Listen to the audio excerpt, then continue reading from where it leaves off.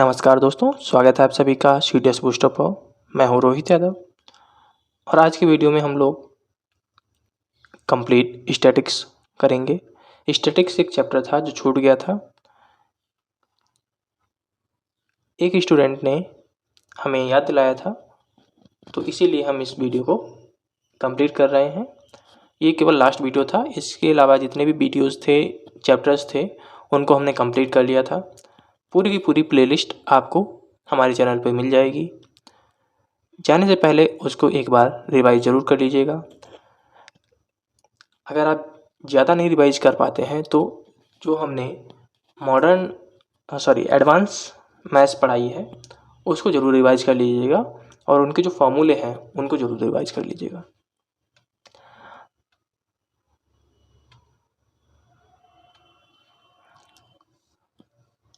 तो चलिए हम लोग सबसे पहले स्टैटिक्स के जो बेसिक होता है उसको जान लेते हैं।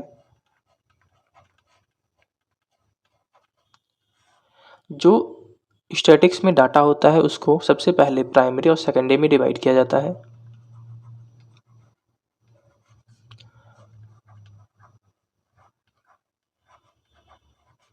जो प्राइमरी डाटा होता है वह रॉ डाटा होता है जो इकट्ठा किया जाता है प्राइमरी यूज़ के लिए।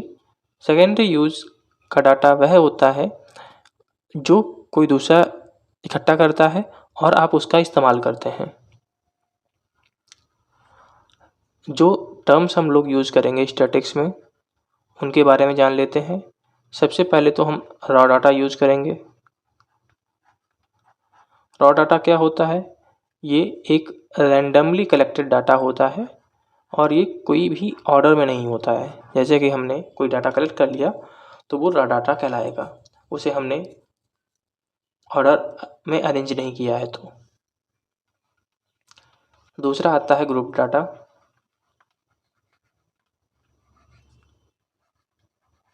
जो ग्रुप डाटा होता है वो आपका जो होगा वो असेंडिंग या डिसेंडिंग में अच्छी तरीके से अरेंज होगा, इसको हम ग्रुप डाटा कहेंगे। तीसरा हम लोग पढ़ेंगे क्लास इंटरवल।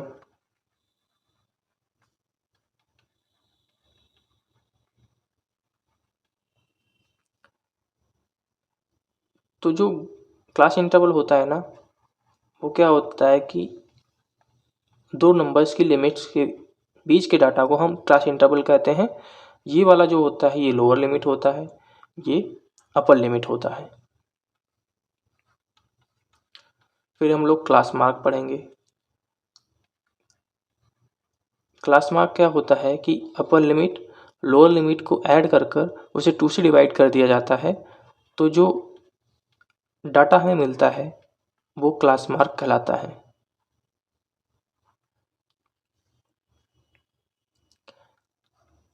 पांचवा होता है रेंज।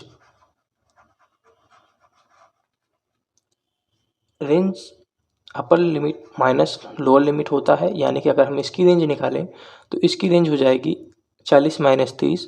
अगर अनग्रुप्ड डाटा है तो उसे सबसे असेंडिंग या डिसेंडिंग में अरेंज करना होता है।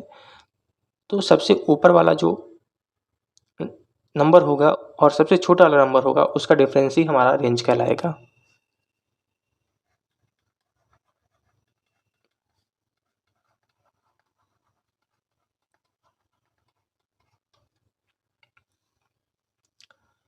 छठवां हम लोग यूज़ करेंगे फ्रीक्वेंसी।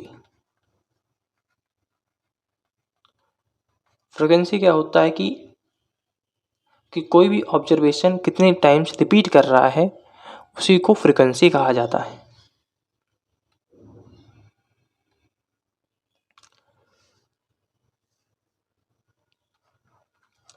अब जो फ्रीक्वेंसी डिस्ट्रीब्यूशन होता है उसको देख लेते हैं।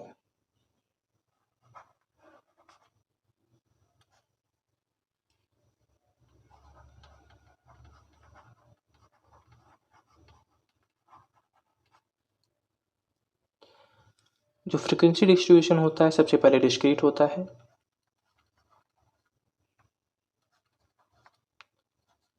दूसरा कॉन्टिन्यूअस होता है और तीसरा क्यूमुलेटिव होता है। ठीक है।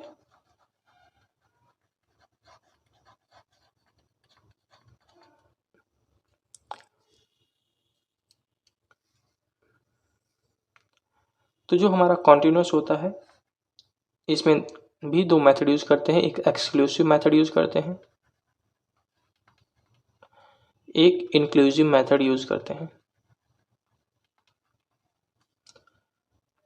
जो एक्सक्लूसिव मेथड होता है उसमें इस तरीके के आपको जो क्लास होंगे देखने को मिलेंगे।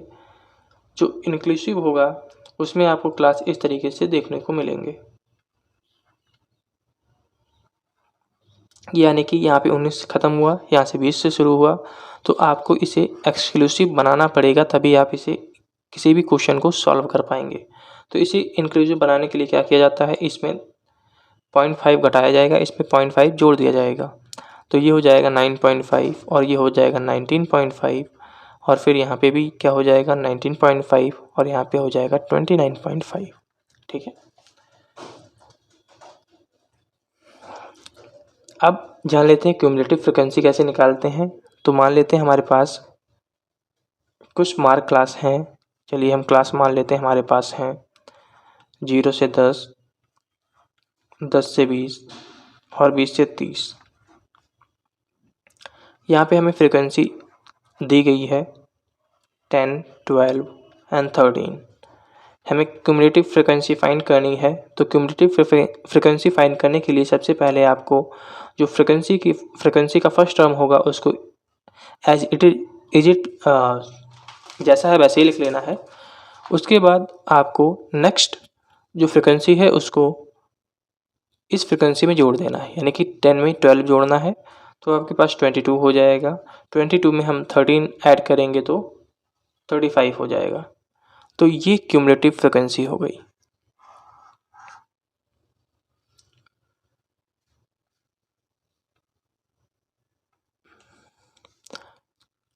अब हम लोग सेंट्रल टेंडेंसी को नापने के लिए किन किन मेथड्स का यूज़ करते हैं उसके बारे में जानेंगे।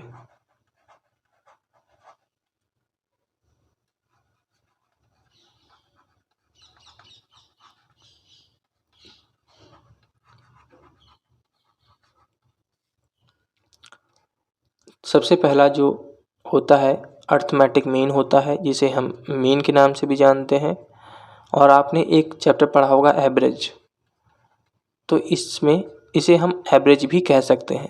ठीक है, क्योंकि मीन क्या होता है, एक टाइप का एवरेज ही होता है। सारे फार्मूला जो हम लोग एवरेज में यूज़ करते हैं वो मीन में हम यूज़ कर सकते हैं। दूसरा होता है ज्योमेट्रिक मीन, तीसरा होता है हार्मोनिक मीन, चौथा होता है मीडियन और पांचवा होता है मोड।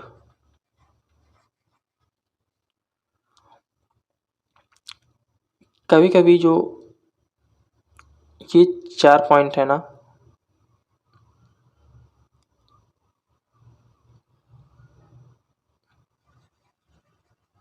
सॉरी ये 3 पॉइंट, इनको हम मेजर्स ऑफ लोकेशन के नाम से भी जानते हैं।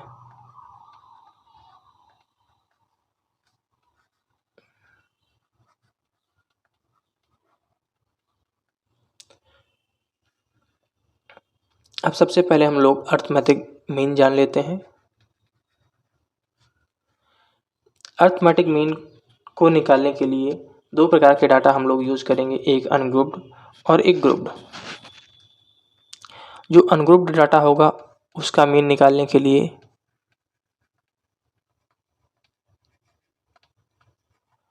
आपको क्या करना है, जो हमारे पास जितने भी ऑब्जर्वेशंस दिए गए होंगे उनको ऐड करना है, यानी कि सम ऑफ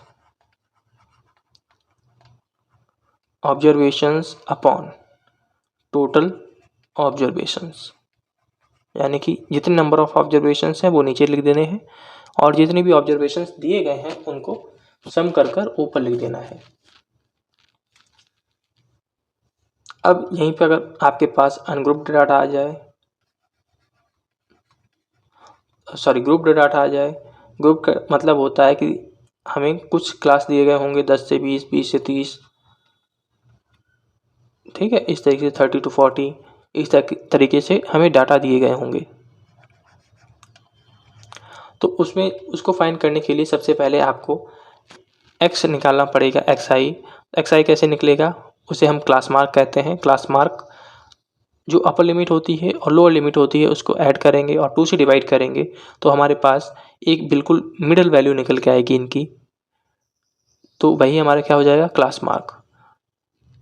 तो ग्रुप डाटा सबसे पहले हमने क्लास मार्क निकाल लिया, फिर उसकी हम मल्टीप्लाई फ्रीक्वेंसी के साथ कराते हैं, तो फॉर्मूला हमारे पास बनेगा sigma x I F I. Sigma का मतलब होता है समीशन, ठीक है, यानी कि हमें जितने भी टर्म्स बनेंगे उनको सभी को ऐड कर लेना है अपॉन सिग्मा एफ आई।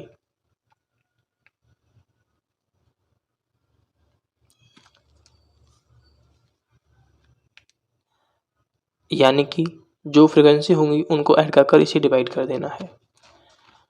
अगर हम एज्यूम्ड मीन का, एक आपने डेविएशन मेथड सुना होगा या उसे एज्यूम्ड मीन मेथड भी कहते हैं। उसमें क्या होता है, कैलकुलेशन सिंपल करने के लिए हम लोग किसी भी एक जो हमारे पास सीरीज होगी उसमें से हम लोग एक एज्यूम्ड मीन ले लेंगे, ठीक है। उसी के रिस्पेक्ट में फिर हम लोग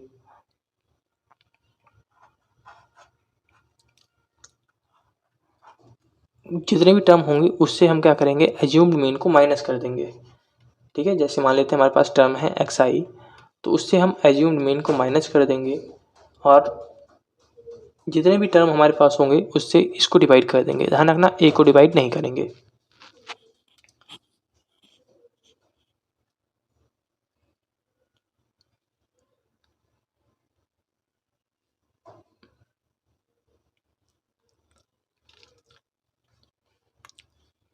अब इतना हो गया। अब हम लोग इससे रिलेटेड कुछ पॉइंट जान लेते हैं। वैसे हम लोग एवरेज में ये पॉइंट्स पढ़ चुके हैं, फिर भी हम लोग यहाँ पर पॉइंट्स पढ़ लेते हैं कि अगर किसी भी ऑब्जर्वेशन में, ठीक है, हमारे पास एक सीरीज ऑफ ऑब्जर्वेशंस दी गई है, तो सभी में अगर हम प्लस करते हैं या माइनस करते हैं या मल्टीप्लाई करते हैं या डिवाइड करते हैं, ध्यान रखिएगा सभी टर्म्स में, तो जो हमारे पास मीन होगा उसमें भी हम सेम यही कर देंगे तो हमारे पास आंसर आ जाएगा। हमें पूरा कैलकुलेट करने की आवश्यकता नहीं पड़ेगी।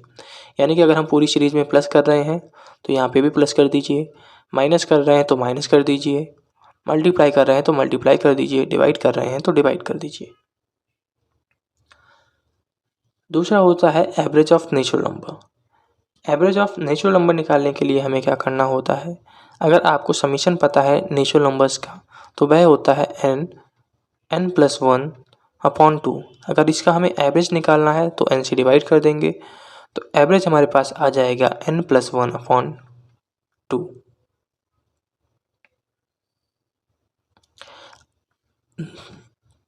इसके अलावा अगर हमारे पास जो सीरीज दी गई है वो कॉन्टिन्यूस सीरीज है और कंजर्वेटिव है, ठीक है, यानी कि जो उसके टर्म्स हैं उनके बीच में गैप इक्वल है, तो उसे कॉन्जिक्यूटिव सीरीज कहते हैं। और कॉन्जिक्यूटिव सीरीज का जो एवरेज होता है या मीन होता है उसको फाइंड करने के लिए हम क्या करते हैं, सिंपली लास्ट टर्म जो होगा प्लस जो फर्स्ट टर्म होगा उसको ऐड कर देंगे और उससे 2 से डिवाइड कर देंगे और ये एवरेज के बराबर ही आंसर आएगा, ठीक है। इससे क्या होता है कि जो क्वेश्चन होता है इजीली सॉल्व हो जाता है, हमें सभी ऑब्जर्वेशंस को ऐड करने की आवश्यकता नहीं पड़ती है। लेकिन ध्यान रखिएगा सीरीज़ क्या होनी चाहिए, कॉन्जिक्यूटिव होनी चाहिए। कॉन्जिक्यूटिव का मतलब होता है कि उनके जो टर्म्स होंगे उनके बीच में इक्वल गैप्स होने चाहिए, जैसे कि 1 2 3 4 5 6 इस तरीके से जो है ना, ये क्या है, कॉन्जिक्यूटिव सीरीज है, या 2 4 6 8 10, ये भी क्या है, कॉन्जिक्यूटिव सीरीज है।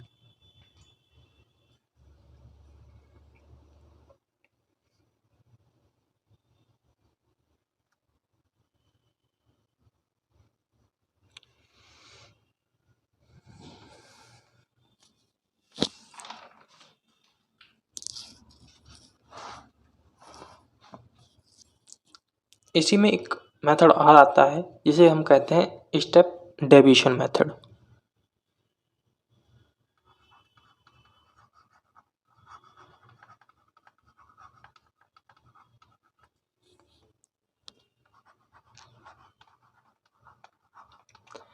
इसमें भी हम एज्यूम्ड मीन लेते हैं। फिर सिग्मा एफ आई यू आई क्या होता है, क्लास मार्क होता है, अपॉन सिग्मा एफ आई, ये ग्रुप डाटा के लिए होता है, इंटू एच। एच क्या होगा, क्लास मार्क के बीच का जो डिफरेंस होगा उसको हम क्या कहेंगे, एच कहेंगे।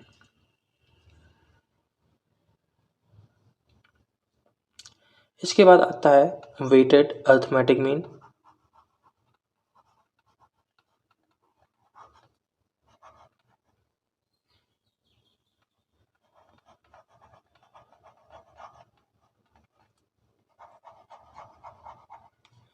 जो वेटेड अरिथमेटिक मीन होता है उसका जो फार्मूला होता है वह होता है sigma W I x I upon sigma W I. ठीक है, डब्ल्यू आई क्या हो जाएगा, आपकी फ्रिक्वेंसी हो जाएगी वेट की, और जो एक्स आई हो जाएगा वो क्लास मार्क हो जाएगा। अगला आता है कंबाइंड मीन। जब हमें कंबाइंड मीन दी गई हो, यानी कि दो या दो से अधिक जब मीन्स हमें दी जाती हैं, तब हम कैसे उस मीन को फाइंड करेंगे। यानी कि दो अलग अलग हमें मीन दी गई हैं और हमें दोनों ही मीन्स का एक कंबाइंड मीन निकालना है, तब उस समय फार्मूला यूज होगा N X bar one plus N two X two bar upon N one plus N two, जहाँ पर जो n है नंबर ऑफ ऑब्जर्वेशंस है और x2 और x1 है ये मीन है। ठीक है, ये पहला मीन है, ये दूसरा मीन है।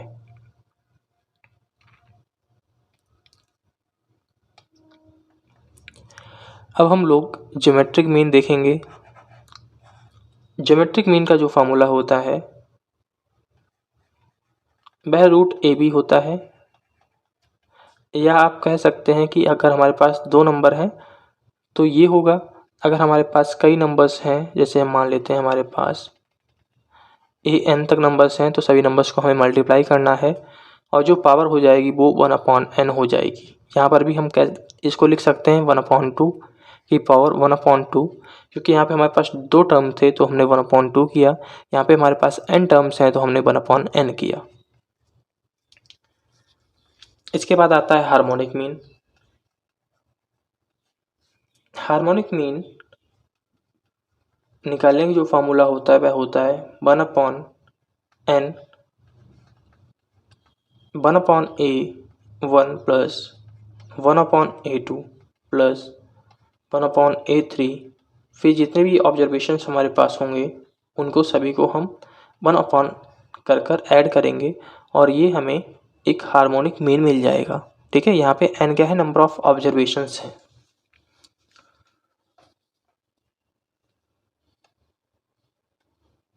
अब इसके बाद आता है मीडियन। ये थोड़ा सा टॉपिक कठिन हो जाता है, इसमें कठिन नहीं हो जाता, बस अगर फार्मूला आपको याद है तो ईजिली आप कर पाएंगे। ठीक है, इसमें एक मीडियन आ जाता है, एक मोड आ जाता है। जो इसके अनग्रुप डाटा होंगे उसके लिए तो मीडियन या मोड निकालना कठिन नहीं होता है, लेकिन जो ग्रुप डाटा होते हैं उसके लिए हमें थोड़ा सा जो टेबल होती है वो बनानी पड़ती है और फार्मूला याद होना चाहिए।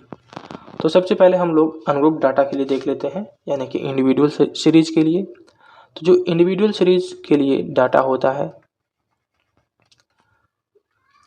अगर हमारे पास नंबर ऑफ ऑब्जर्वेशंस ऑड है, यानी कि n की वैल्यू ऑड है, तो जो हमारे पास मीडियन आएगा वह n+1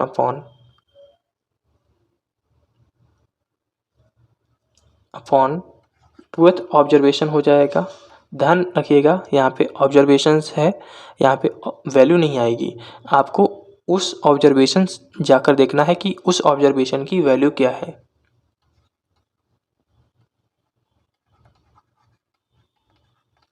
ऑब्जर्वेशंस क्या होते हैं, जो हमारे पास सीरीज होती है ना, इनको हम ऑब्जर्वेशंस कहते हैं। 1 2 3 4 क्या है, ऑब्जर्वेशंस हैं।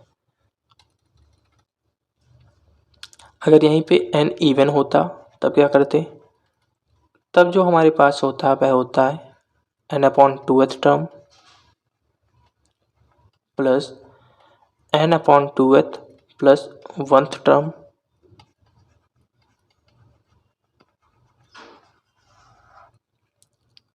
अपॉन टू, ठीक है। यहाँ पर जो n अपॉन टू टर्म होगा plus n upon two plus one term होगा, उनको ऐड करेंगे, अपॉन टू करेंगे तो हमारे पास मीडियन आ जाएगा। अब हमें अगर मीडियन किसी एक डिस्क्रीट फ्रीक्वेंसी का फाइंड करना है, डिस्क्रीट फ्रीक्वेंसी का मतलब होता है कि हमें ग्रुप में डाटा दिया होगा, ठीक है, लेकिन कॉन्टिन्यूअस नहीं होगा। तो उसके लिए हमें सबसे पहले क्या करना होगा, अगर हमें डिस्क्रीट फ्रीक्वेंसी दी गई है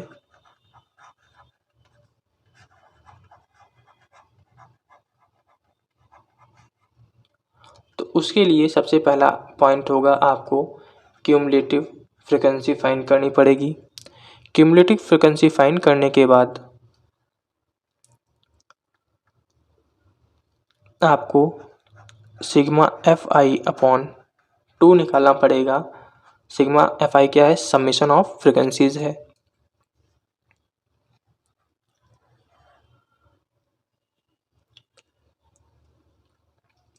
अब जो sigma F I upon to से जस्ट बड़ा नंबर होगा क्यूमुलेटिव फ्रीक्वेंसी में, क्यूमुलेटिव फ्रीक्वेंसी में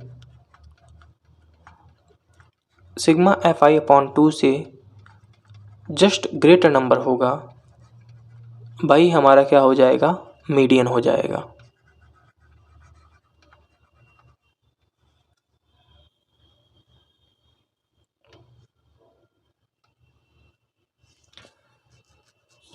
अब हम लोग मीडियन कॉन्टिन्यूअस सीरीज की बात करेंगे।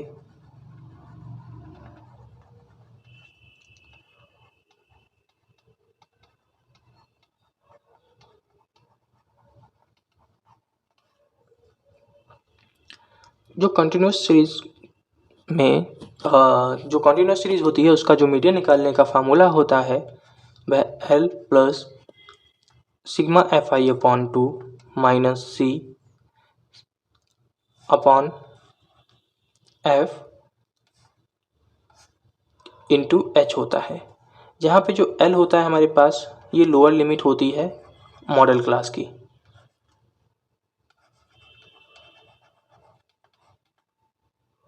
ठीक है। जहाँ पर एफ क्या हो जाएगा, आपकी फ्रिक्वेंसी हो जाएगी मीडियन क्लास की।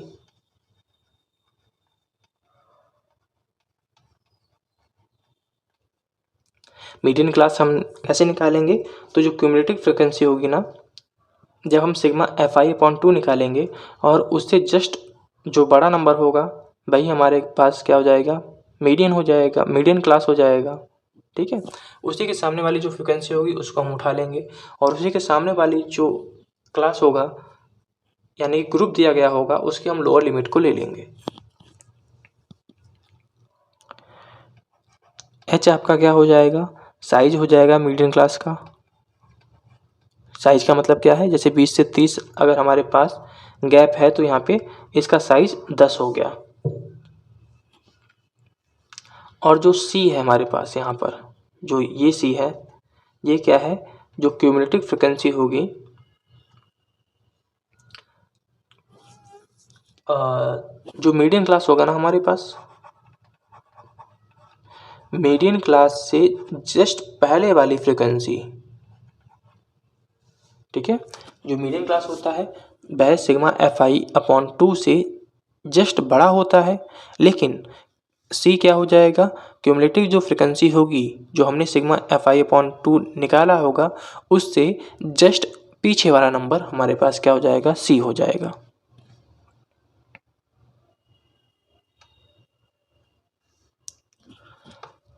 अब हम लोग मोड के बारे में जानेंगे। मोड क्या होता है कि अगर हमें इंडिविजुअल सीरीज के लिए मोड निकालना है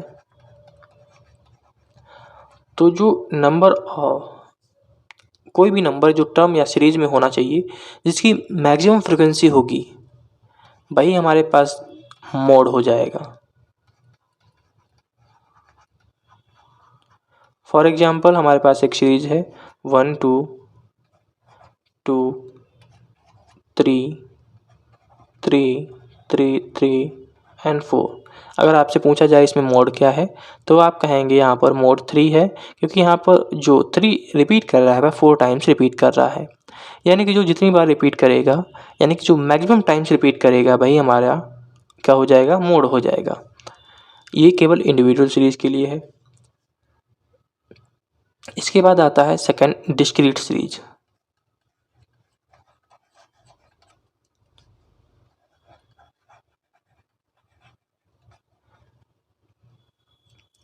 डिस्क्रीट फ्रिक्वेंसी में सबसे पहले हमें क्लास मार्क निकालना पड़ता है। क्लास मार्क आपको पता है कि जो हमारे पास ग्रुप डाटा होता है उसकी upper limit plus lower limit upon 2 कर देते हैं तो हमारे पास क्लास मार्क निकल आता है। ठीक है, डिस्क्रीट सीरीज में क्या होगा, आपको क्लास मार्क और फ्रिक्वेंसी दोनों दिए होते हैं, तभी आप वो निकाल पाएंगे। तो क्लास मार्क, जिस क्लास मार्क की सबसे ज़्यादा फ्रिक्वेंसी होगी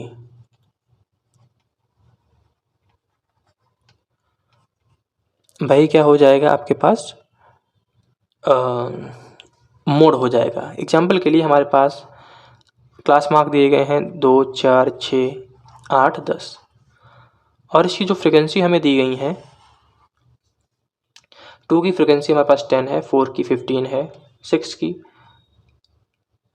5 है, 8 की 3 है और 10 की 2 है। तो यहाँ पे आपसे अगर पूछा जाए कि मोड क्या होगा, तो मोड 15 फ्रिक्वेंसी किसकी है, 4 की है, तो 4 यहाँ पर हमारा मोड हो जाएगा। अब मोड की बात आती है तो कॉन्टिन्यूस सीरीज भी आएगी। तो कॉन्टिन्यूस सीरीज में मोड निकालने का हमें एक फार्मूला याद रखना है। तो आपका मीडियन का एक तो कॉन्टिन्यूस सीरीज हो गया और एक मोड का कॉन्टिन्यूस सीरीज हो गया। इन दोनों के फार्मूले आपको याद रखने पड़ेंगे, बस यही 2 कठिन पड़ते हैं। ठीक है, कॉन्टिन्यूस सीरीज में हमें एक टेबल बनानी पड़ जाती है, बस थोड़ा सा वो दिक्कत क्रिएट करते हैं। टेबल भी आगे हम क्वेश्चन देखेंगे तो टेबल भी पता चल जाएगी कैसे बनाई जाती है आपको। इसका सबसे पहले फार्मूला देख लीजिए। मोड की कॉन्टिन्यूस सीरीज का जो फार्मूला होता है वह होता है lower limit plus frequency of model class minus frequency of class preceding model class, यानी कि मॉडल क्लास से जस्ट पीछे वाली जो फ्रिक्वेंसी होगी उसका अपॉन 2 F1। F1 तो आपको हमने बता ही दिया, फ्रिक्वेंसी ऑफ मॉडल क्लास। इसके बाद माइनस F0 हमने बता ही दिया, frequency of class preceding model class, और माइनस F2 क्या हो जाएगा, frequency of class succeeding model class. ठीक है, इस क्लास से जो आगे होगा वो F2 होगा और इस क्लास से जो पीछे होगा वो F0 होगा, इंटू H क्या हो जाएगी, आपकी हाइट ऑफ क्लास हो जाएगी या साइज ऑफ क्लास इंटरवल हो जाएगा।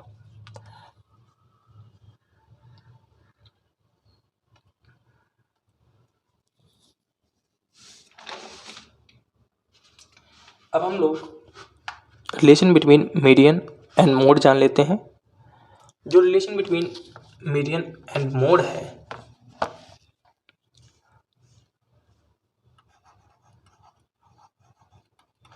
वह है 3 मीडियन माइनस 2 मीन। ये भी डायरेक्ट क्वेश्चन पूछ लेता है तो इसको भी याद रखिएगा। अगर वहीं पर मोड, मीडियन और मीन ये तीनों बराबर हो जाए तो ऐसे डिस्ट्रीब्यूशन को हम लोग सिमेट्रिक डिस्ट्रीब्यूशन कहते हैं।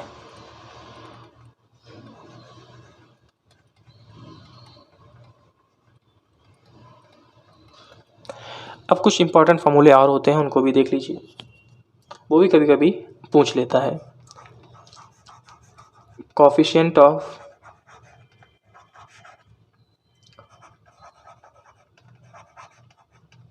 वेरिएशन, तो कोफिशिएंट ऑफ वेरिएशन होता है standard deviation upon mean into 100।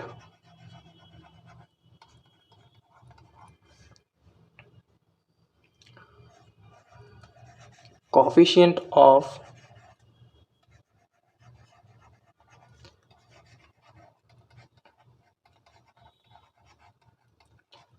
Mean distribution, तो इसका जो फॉर्मूला होता है वह हो जाएगा mean deviation upon mean into 100।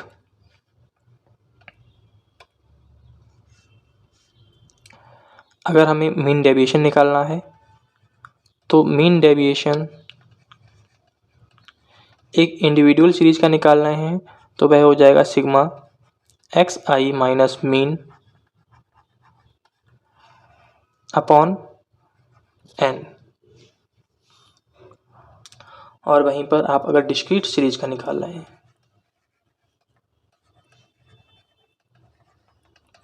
तो ये फार्मूला हो जाएगा सिग्मा एफ आई एक्स आई minus mean upon sigma F आई।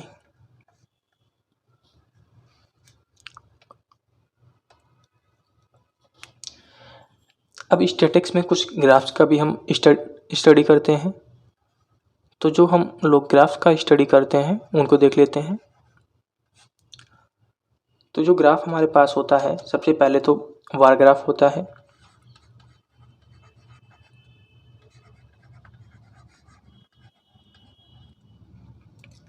जो बार ग्राफ होता है ये जो ऑब्जर्वेशंस होते हैं उसकी फ्रीक्वेंसी को रिप्रेजेंट करता है।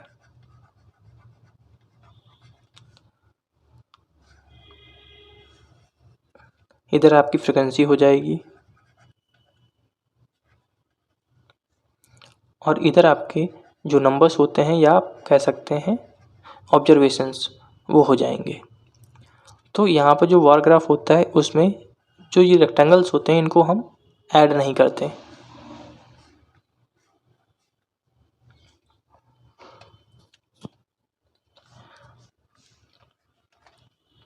सेकंड आता है हिस्टोग्राम।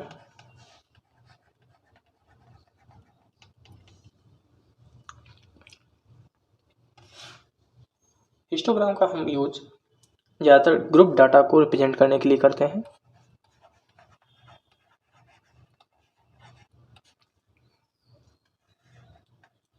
इसके जो रेक्टेंगल्स होते हैं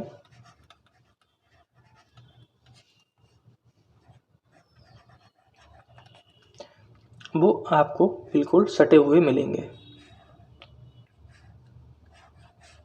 बिल्कुल गैप नहीं होगा, तो इसे हम बोलेंगे हिस्टोग्राम। अगर हमें एरिया ऑफ हिस्टोग्राम निकालना है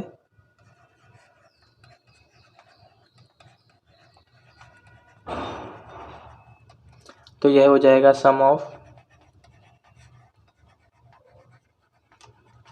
एरियाज ऑफ ऑल रेक्टेंगल्स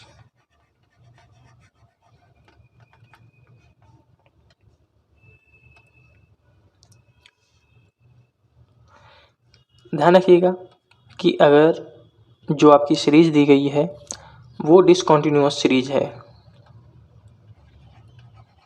तो आपको उसे कॉन्टिन्यूअस में बनाना पड़ेगा, तभी आप हिस्टोग्राम उसका बना पाएंगे। तीसरा आता है आपके पास फ्रीक्वेंसी।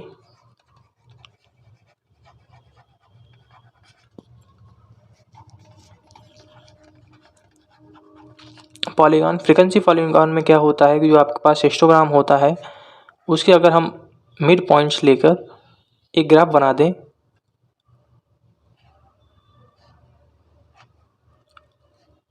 तो ये क्या आपके पास हो जाएगा, फ्रीक्वेंसी पॉलीगॉन हो जाएगा।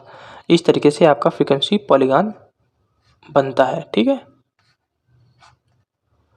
तो आपके ये क्या है, फ्रीक्वेंसी पॉलीगॉन है। यहाँ पे आपके पास फ्रीक्वेंसी होगी और यहाँ पर आपके पास क्लास होगा।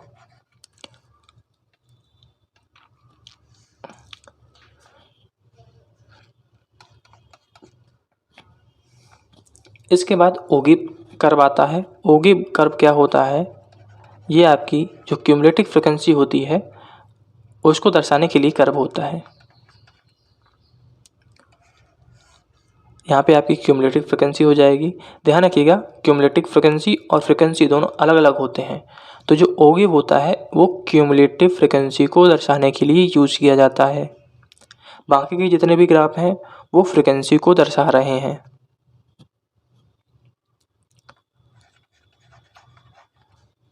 जो ओगिव टाइप ग्राफ होता है उसमें दो टाइप होते हैं, एक लेस देन ओगिव होता है और एक ये क्या होता है, राइजिंग कर्व होता है। यानी कि जो इसमें कर्व बनेगा वो सीधे ऊपर उठता जाएगा। वहीं पे दूसरा जो होगा मोर देन ओगिव होगा, ये फॉलिंग कर्व होता है।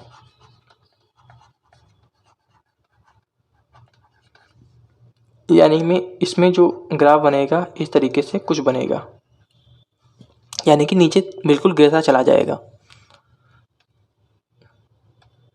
इसके बाद जो लास्ट चार्ट बचता है हमारे पास वह बचता है पाई चार्ट।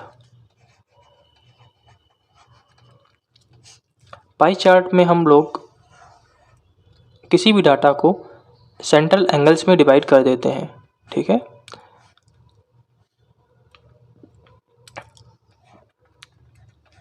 तो एंगल्स में किसी भी डाटा को दर्शाना क्या कहलाता है, पाई चार्ट कहलाता है। अगर इसका हमें सेंट्रल एंगल निकालना है तो सेंट्रल एंगल निकालने के लिए हमेशा क्या किया जाता है, 360, क्योंकि ये पूरा गोला क्या होता है 360 डिग्री का होता है। 360 इंटू फ्रिक्वेंसी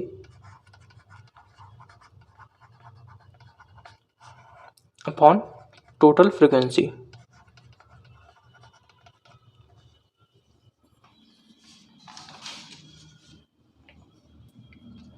तो ये बेसिक था। बेसिक के बाद अब हम लोग क्या करेंगे, क्वेश्चंस करेंगे।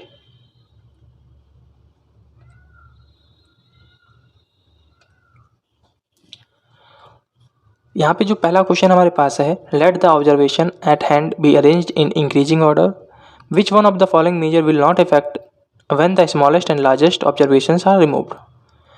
तो इसमें जो मीडियन होता है वो उसमें किसी भी प्रकार का इफेक्ट नहीं आएगा, क्योंकि जो हमारे पास मीडियन होता है उससे फ़र्क नहीं पड़ता है कि पीछे क्या है आगे क्या है, हमारे पास नंबर ऑफ़ टर्म्स पे फ़र्क पड़ता है। क्योंकि जब हम फार्मूला यूज़ करते हैं ना उसमें हम नंबर ऑफ़ टर्म्स का यूज़ करते हैं, ठीक है। तो हमें बिल्कुल मिडल टर्म ही मिलेगा। मीडियन क्या होता है, बिल्कुल एक मिडल वैल्यू होती है, उसी को हम मीडियन कहते हैं। तो इसमें मीडियन पर किसी प्रकार का फ़र्क नहीं पड़ेगा। The data collected by the investigator to be used by himself are called primary data. यह बिल्कुल सही है कि जो डाटा कलेक्ट किया जाए और उसी के द्वारा यूज किया जाए तो उसे हम कहते हैं प्राइमरी डाटा। लेकिन जो डाटा हमें गवर्नमेंट एजेंसीज से मिलता है वो हमारे लिए कैसा डाटा हो जाएगा, सेकेंडरी डाटा हो जाएगा, क्योंकि उसे हमने कलेक्ट नहीं किया है, किसी के दूसरे के द्वारा कलेक्ट किया गया है और उसका हम यूज़ कर रहे हैं।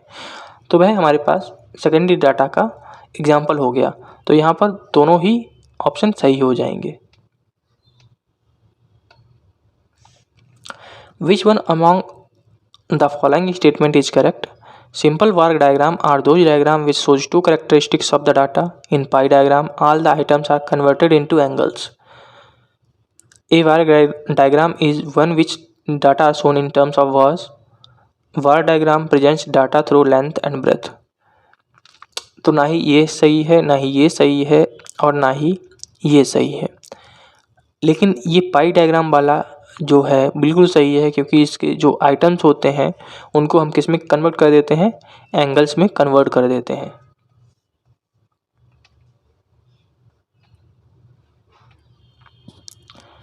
अब हमारे पास यहाँ पर एक टेबल दी गई है जिसमें हमें वेरिएबल्स दिए गए हैं, उसकी फ्रिक्वेंसी दी गई है और बीच में एक फ्रिक्वेंसी को छोड़ दिया गया है, उसी की वैल्यू हमें फाइंड करनी है। अगर हमें अर्थमेटिक मीन 3.1 दिया गया हो तो आपको पता है कि जो मीन का फॉर्मूला क्या होता है, सिग्मा एफ आई एक्स आई अपॉन सिग्मा एफ आई होता है। तो सबसे पहले इसको जोड़ दीजिए, तो ये हो जाएगा 5 3 8 8 6 14 14 3 17, तो 17 प्लस एफ। अब हमें क्या करना पड़ेगा, सिग्मा एफ आई एक्स आई निकालना पड़ेगा। तो यहाँ पे सबसे पहले हमें एफ आई एक्स आई निकालना पड़ेगा। तो 3 1 जा 3, 2 इंटू एफ 2f, 6 3 जा 18, 20 5 3 जा 15। अब इन्हें हम ऐड करेंगे तो इनका जो एडिशन हो जाएगा वह हमारे पास हो जाएगा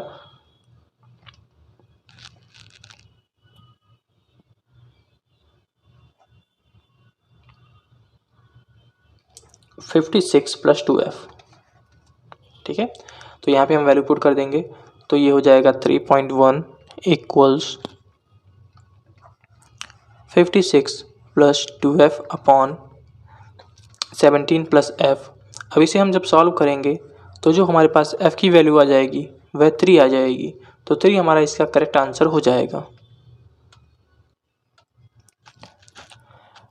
Which of the following pair is are correctly matched?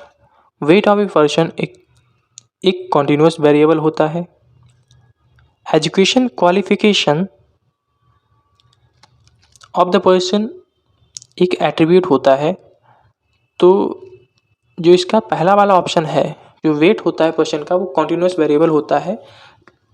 ये सही है क्योंकि किसी भी पर्सन का जो वेट होता है वो भले ही 50 60 75 ऐसा दिया गया हो, लेकिन उसे हम लोग ग्रुप में कन्वर्ट कर सकते हैं। ठीक है, जैसे कि हमारे पास कुछ बच्चे हैं जिनका हमें वेट दिया गया है, तो उन्हें हम एक कैटेगराइज कर सकते हैं 20 से 30 किलो के बीच में कितने हैं, 30 से 40 किलो के बीच में कितने हैं। लेकिन हम एजुकेशन क्वालिफिकेशन को इस तरीके से कैटेगराइज नहीं कर सकते हैं, तो ये ऑप्शन गलत हो जाएगा। तो पहला वाला ऑप्शन हमारा बिल्कुल सही हो जाएगा।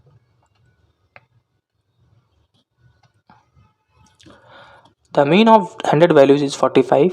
If 15 is added to each of the term 40 values and 5 is subtracted from each of the remaining 60 values, then the new means become। देखिए यहाँ पर क्या किया गया है कि हमारे पास पहले जो 40 वैल्यूज़ हैं, ठीक है, 40 वैल्यूज़ जो हमारे पास हैं उसमें क्या किया जा रहा है, 15 को ऐड किया जा रहा है। तो हम 15 सभी में तो ऐड नहीं करेंगे, तो हम क्या करेंगे 15 इंटू 60 कर देते हैं और 40 कर देते हैं। तो जो हमने ऐड किया टोटल वो निकल आएगा। Plus 5 is subtracted from each of the remaining values. तो जो हमारे पास रिमेनिंग वैल्यूज़ बची हैं वो 60 बची हैं।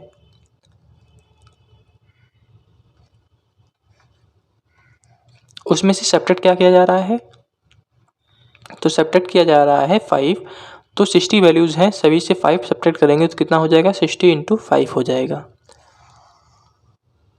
अपॉन टोटल वैल्यूज़ हमारे पास कितनी हैं, 40 60 यानी 100 हैं, इक्वल्स 45। अब हमारे पास अगर ऐड करें हम इसको,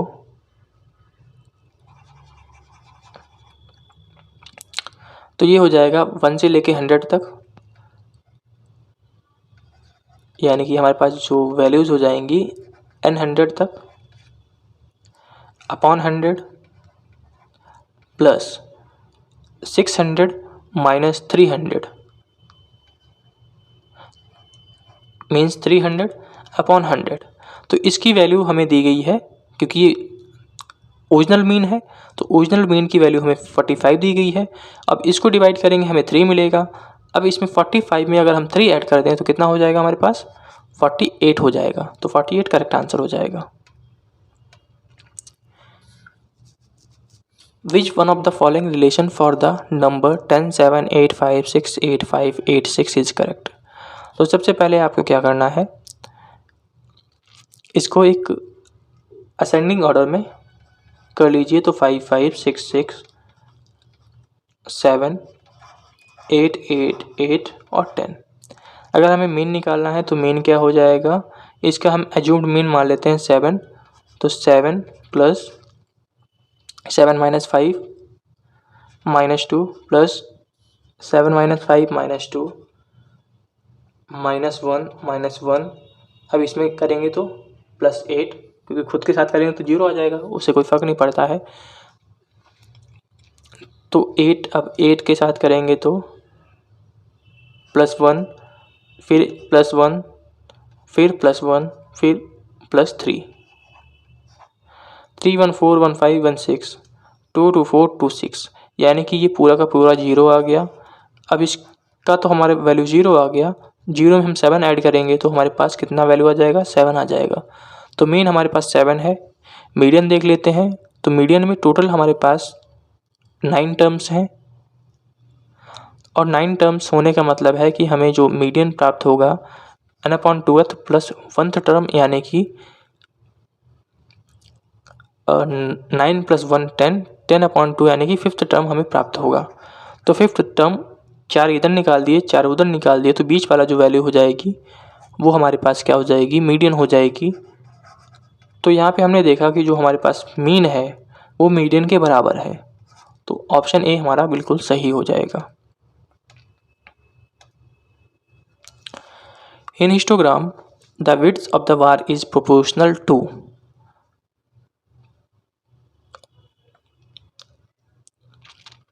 जो हिस्टोग्राम होता है उसमें जो बार होता है उसमें क्या होता है कि किसके बराबर होता है, तो क्लास इंटरवल के बराबर होता है। क्लास इंटरवल का मतलब होता है जैसे कि हमारे पास 20 से 30 है, तो इसके बीच का हमें क्या करना है, क्लास इंटरवल निकालना है। तो क्लास इंटरवल के बराबर ही इसकी जो विड्थ होगी वो होगी।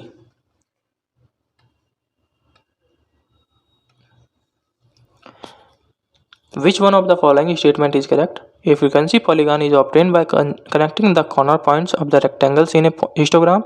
तो बिल्कुल है, क्योंकि हमने पढ़ा था कि मिड पॉइंट्स को ऐड करते हैं। A frequency polygon is obtained by connecting the mid points, तो ये वाला सही है। A frequency polygon is obtained by connecting the corner points, तो ये गलत है। हमने जब पढ़ा है कि मिड पॉइंट्स है तो मिड पॉइंट ही सही होगा। A frequency distribution condenses the data and reveals its important features. A frequency distribution is an equivalent representation of original data, तो ये दोनों ही सही हैं कि जो फ्रिक्वेंसी डिस्ट्रीब्यूशन होता है वो डाटा को संकुचित कर देता है और केवल जो इम्पोर्टेंट फीचर्स होते हैं उनको ही रिवील करता है।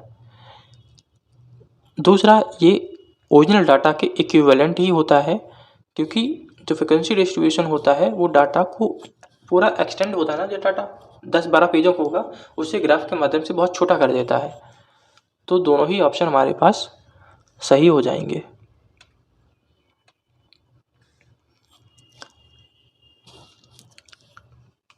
ये क्वेश्चन है, इस क्वेश्चन को हमें टेबल के रूप में बनाना पड़ेगा तभी हम कर पाएंगे। तो अब यहाँ पे हम सीखेंगे टेबल कैसे बनाते हैं। तो सबसे पहले यहाँ पे हमें क्या दिया गया है, in a frequency distribution having class interval 0 to 10, 10 to 20, 20 to 30 and 30 to 40, the respective frequencies are x, x plus 8, x minus 2 and x minus 4, and the arithmetic mean of the distribution is 17.8। तो हमें x की value find करनी है।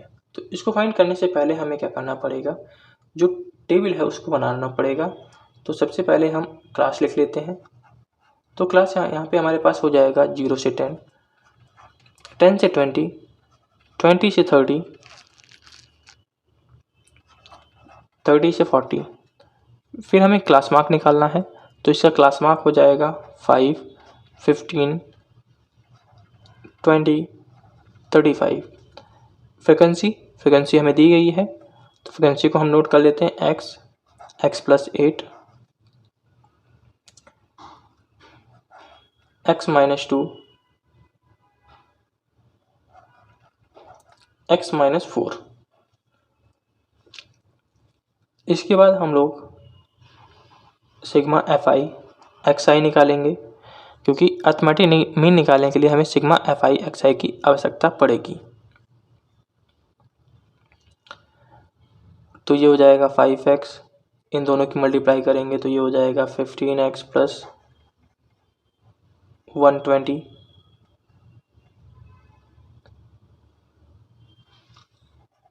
25x minus 150, 50, उसके 35x minus 140। अब दोनों ही tables को हमें ऐड कर लेना है, तो ये 80x माइनस 70 हो जाएगा और ये ऐड करेंगे तो ये 4x प्लस 2 हो जाएगा।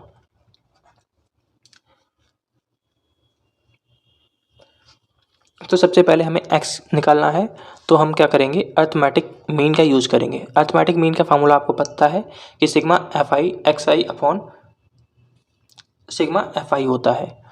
तो ये हो जाएगा हमारे पास 17.8 equals 80x minus 70 upon 4x plus 2। अब इसको हम जब फाइंड करेंगे, सॉल्व करेंगे, तो x की वैल्यू हमें प्राप्त हो जाएगी 12। अब इसके बाद हमें फाइंड करना है median lies in which one of the following class. अब मीडियन हमें फाइंड करने के लिए क्यूमुलेटिव फ्रिक्वेंसी की आवश्यकता होगी। अब क्यूमुलेटिव फ्रिक्वेंसी हमें फाइंड करना पड़ेगा। अब आपने क्या किया है कि x की वैल्यू निकाल ली, तो आप यहाँ पे x की वैल्यू रखिए, फिर इसके बाद आपको क्यूमुलेटिव फ्रिक्वेंसी मिल जाएगी। जो क्यूमुलेटिव फ्रिक्वेंसी मिलेगी आपको, बस सिग्मा, उसका हम टेबल बना लेंगे। उसके बाद हमें क्या निकालना पड़ेगा, जो मीडियन क्लास होता है ना, उसको निकालने के लिए सबसे पहले सिग्मा एफ आई अपॉन 2 से हमें उसे डिवाइड करना पड़ेगा। तो जो हमारे पास यहाँ पर सिग्मा एफ आई आएगा, तो यहाँ पे 12 रखेंगे, तो 12 4 जा 48 प्लस 2 50, यानी कि 50 अपॉन 2 यानी कि 25।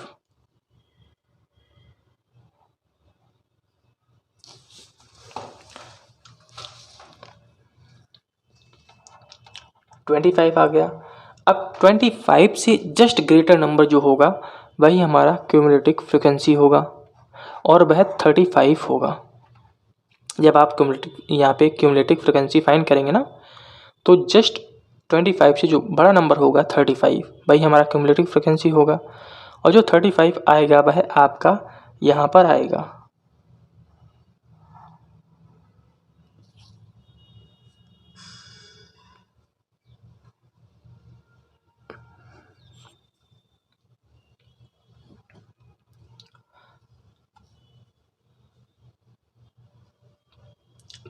तो जो आपका क्लास इंटरवल हो जाएगा, जो मीडियन लाई करेगा, किस क्लास इंटरवल में लाई करेगा, तो 10 से 20 के बीच में लाई करेगा। मॉडल क्लास कौन सा हो जाएगा, तो मॉडल क्लास हमारा जिसमें भी मैक्सिमम फ्रिक्वेंसी होगी वही हमारा क्या हो जाएगा, मॉडल क्लास हो जाएगा। और मैक्सिमम फ्रिक्वेंसी हमारी जो है वह 12 8 20 यानी कि इसकी हो रही है, तो जो मॉडल क्लास हो जाएगा वह हमारे पास ये हो जाएगा। तो जो मीडियन हम निकालते हैं उसके लिए हमें क्यूमुलेटिव फ्रिक्वेंसी की आवश्यकता होती है, और जो मॉडल क्लास निकालते हैं उसमें हमें मैक्सिमम फ्रिक्वेंसी की आवश्यकता होती है। ठीक है, दोनों को ध्यान रखिएगा। यहाँ पे हम CF यूज कर रहे हैं, यहाँ पे हम केवल F यूज कर रहे हैं।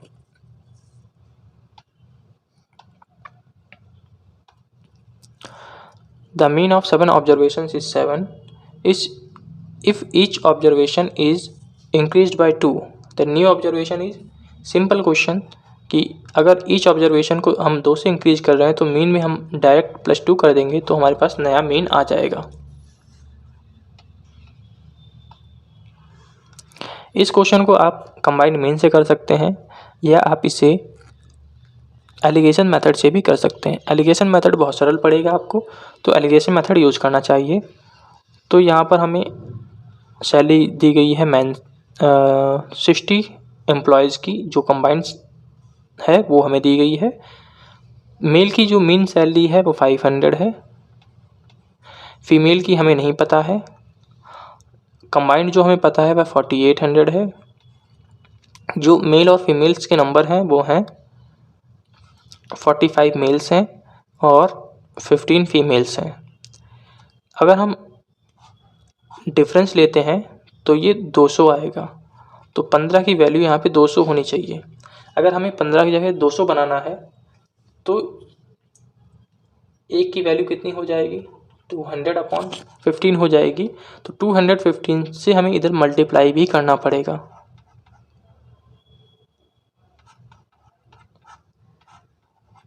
तो ये 600 हो जाएगा। ठीक है, अब 600 यहाँ पर है हमारे पास 500। तो इस बात का ध्यान रखिएगा कि अगर यहाँ पर जो वैल्यू दी गई है उससे एक वैल्यू हमेशा छोटी होगी, एक वैल्यू हमेशा बड़ी होगी और दूसरी छोटी होगी। अगर इधर छोटी है तो इधर बड़ी होगी। यानी कि जो हमारे पास कंबाइंड मीन होगा उससे जो सिंगल मीन होगा वो एक बड़ी होगी वैल्यू और एक उससे छोटी वैल्यू होगी। तो बड़ी वैल्यू इससे हमें दी गई है, तो अब इससे छोटी वैल्यू हमें फाइंड करनी पड़ेगी। यानी कि 4800 से हमें 600 को माइनस करना पड़ेगा। तो यहाँ पर हमारे पास 4200 आ जाएगा। 4200 करेक्ट हमारा आंसर हो जाएगा।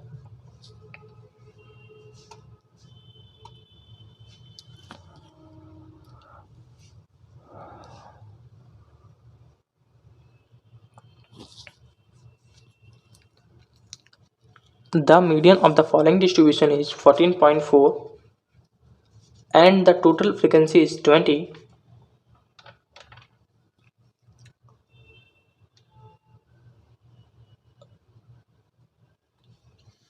हमें क्लास इंटरवल दिया गया है, फ्रिक्वेंसी दी गई है, हमसे x की वैल्यू पूछी गई है और रिलेशन पूछा गया है x और y में रिलेशन क्या है। तो सबसे पहले आपको एक टेबल बनानी पड़ेगी। जो टेबल होगी उसमें आपको क्या करना पड़ेगा, क्लास इंटरवल आपको दिया गया है तो सबसे पहले आपको सिग्मा fi निकालना पड़ेगा, क्यूमुलेटिव फ्रिक्वेंसी निकालनी पड़ेगी और क्लास मार्क निकालना पड़ेगा। ठीक है,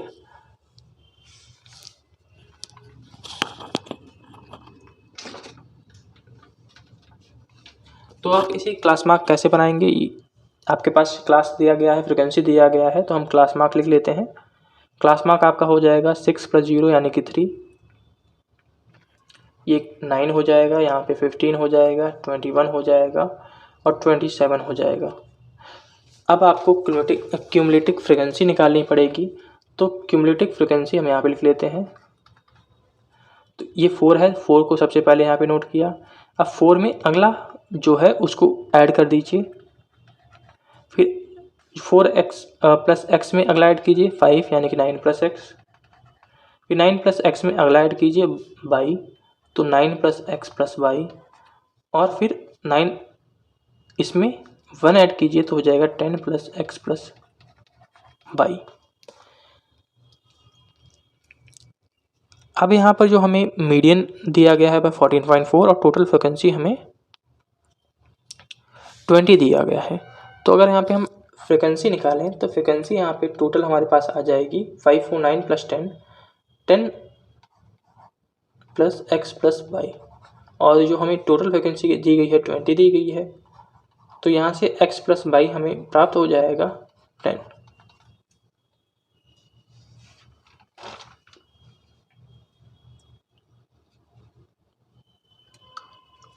अब हमें क्या करना है, मीडियन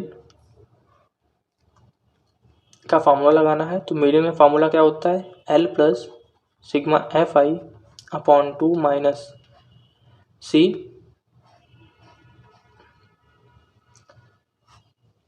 अपॉन f × h। तो L आपके पास क्या हो जाएगा, 12 हो जाएगा, क्योंकि हमें लोअर लिमिट लेनी है।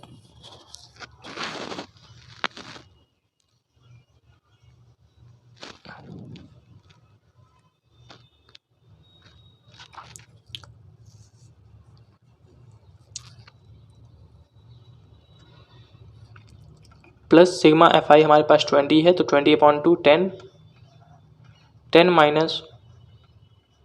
4 + x।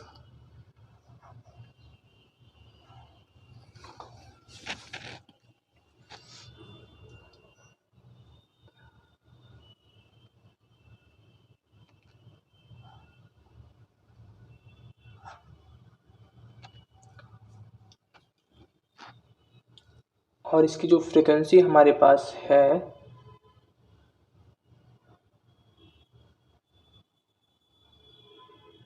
सॉरी यहाँ पे जो फ्रीक्वेंसी होती है वो नंबर ऑफ टर्म्स होते हैं, तो 1 2 3 4 5, ठीक है। यहाँ पे जो f होता है वो नंबर ऑफ टर्म्स होता है, तो यहाँ पे हमारे पास नंबर ऑफ टर्म्स 5 हो जाएगा इंटू h। h क्या है, 18 में से 12 गया 6, यानी कि 6। अब इसको सॉल्व करें तो यहाँ से x की वैल्यू हमें प्राप्त हो जाएगी 4। अब 4 को उठाकर आपको रख देना है इसमें, यानी x प्लस बाई, तो यहाँ पे 4 प्लस बाई हो जाएगा 10, तो यहाँ से बाई की वैल्यू आ जाएगी 6, यानी कि हम कह सकते हैं जो 3x इक्वल्स टू बाई है वो हमारा करेक्ट आंसर है।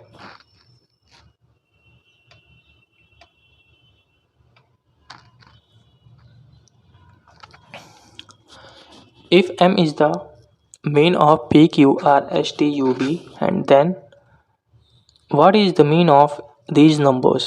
तो यहाँ पे अगर आप नोटिस करें तो हम क्या कर रहे हैं, -m सभी टर्म्स से घटा रहे हैं। तो आपको डायरेक्ट क्या करना है, मीन से m को घटा देना है, तो m माइनस m कितना होता है, 0 होता है, तो 0 इसका करेक्ट आंसर हो जाएगा।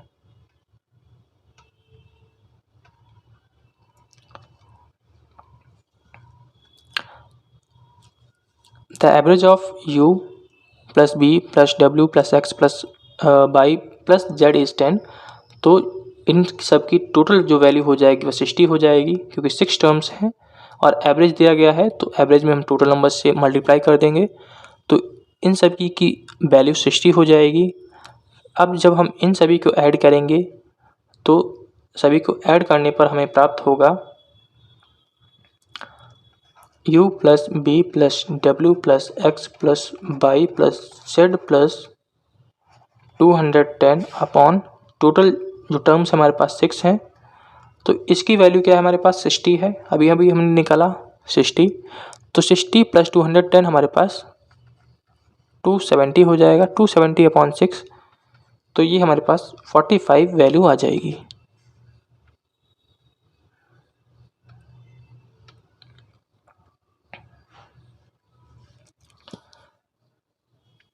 यहाँ पर हमें मेन दिया गया है, हमें f की वैल्यू फाइंड करनी है। तो f की वैल्यू फाइंड करने के लिए सबसे पहले आपको, जब क्लास इंटरवल दिया जाता है तो आपको सबसे पहले x निकालना पड़ेगा, क्योंकि तभी आप मेन का फॉर्मूला लगा पाएंगे सिग्मा fi xi। तो यहाँ पे हम x निकाल लेते हैं, तो इसका जो x हो जाएगा 13 11,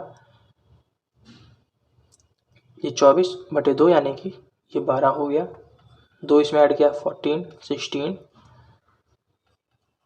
18 20 22 एंड 24, ये आपके पास x आ गया। अब सिग्मा fi xi फाइंड कर लेते हैं, तो ये 36 हो जाएगा, 14 6 84 144 234 20f 1110 96, इसको ऐड करेंगे तो ये 40 प्लस f आ जाएगा, और इसको ऐड करेंगे तो ये हो जाएगा 20 प्लस 20f प्लस 704। अब हम मेन का फॉर्मूला लगाएंगे, तो मेन का फॉर्मूला क्या हो जाएगा, main equal sigma fi xi upon sigma fi, यानी कि 18 equals 704 plus 20f upon 40 plus f। यहाँ पर हम f की वैल्यू जब फाइंड करेंगे तो f की वैल्यू हमें मिल जाएगी 8। अब इसे सॉल्व करना है, सॉल्व करना सिंपल बात होती है, तो आप सॉल्व कर लीजिए इसको।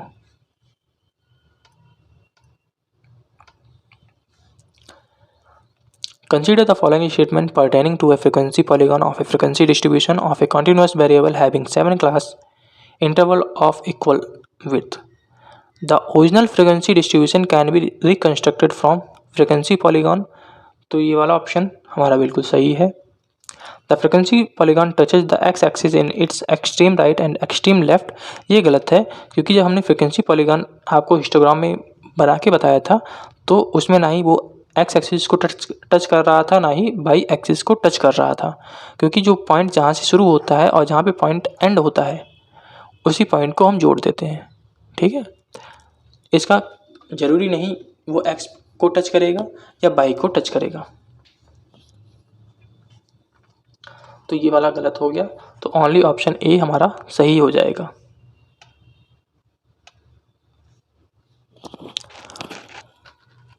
Consider the following in respect of variate which takes value this. तो पहला है कि मीडियन इक्वल टू मीन, तो यहाँ पर हम मीडियन और मीन निकाल लेते हैं। तो जो इसका मीडियन हो जाएगा वो बिल्कुल मिडिल टर्म हो जाएगा, तो 3 टर्म इधर निकाल दिए, 3 टर्म हमने इधर निकाल दिए, 2 टर्म्स बच गए, तो 7 to 9, 9/2 यानी कि 4.5। मीडियन इसका 4.5 हो गया। अब मीन निकाल लेते हैं। मीन में क्या करना है, हमें सभी को जोड़ देना है। तो जब हम सभी को जोड़ देंगे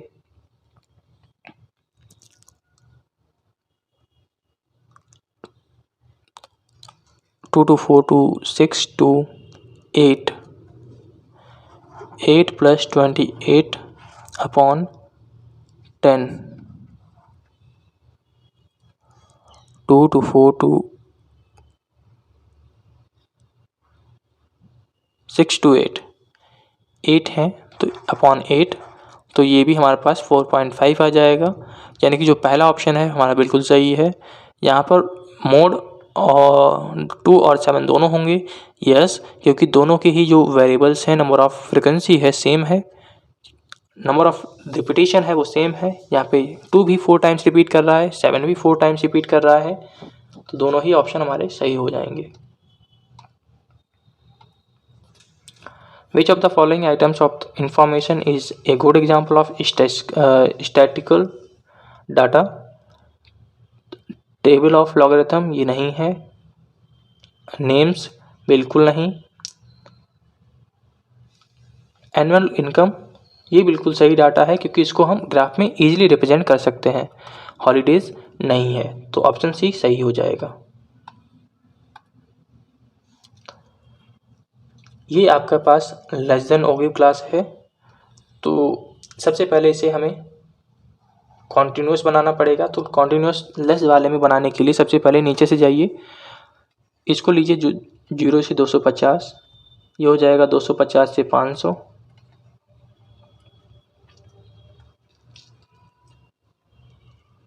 फिर इसी तरीके से आप ऊपर चलते चले जाएंगे,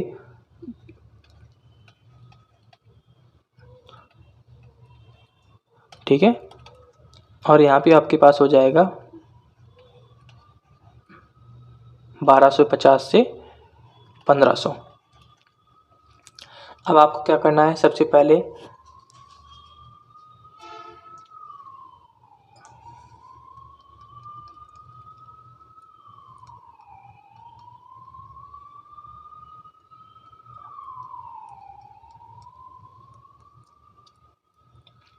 आपको मॉडल क्लास फाइंड करना है। तो मॉडल क्लास क्या होता है, जिसकी फ्रिक्वेंसी ज़्यादा होती है।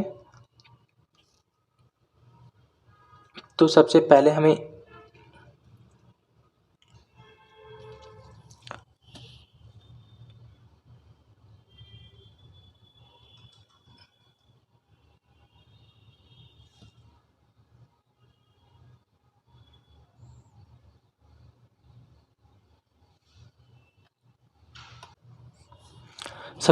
यहाँ पे क्या करना पड़ेगा, क्यूमुलेटिव फ्रिक्वेंसी फाइंड करनी पड़ेगी। और ध्यान रखिएगा, यहाँ पे जो क्यूमुलेटिव फ्रिक्वेंसी फाइंड करेंगे वो नीचे से फाइंड करेंगे, और जब हम नीचे से ऊपर जाते हैं तो माइनस करते हुए जाएंगे, जब ऊपर से नीचे आते हैं तो प्लस करते हुए आते हैं। तो ये हमारे पास 12 हो जाएगा, ये 20 हो जाएगा, ये 23 हो जाएगा, ये 15 हो जाएगा, ये 10 हो जाएगा, और ये 20 हो जाएगा। अब यहाँ पे जो मैक्सिमम क्यूमुलेटिव फ्रिक्वेंसी हमारे पास है वह 23 है, तो इसी के सामने वाला जो क्लास हो जाएगा वो हमारे पास मॉडल क्लास हो जाएगा।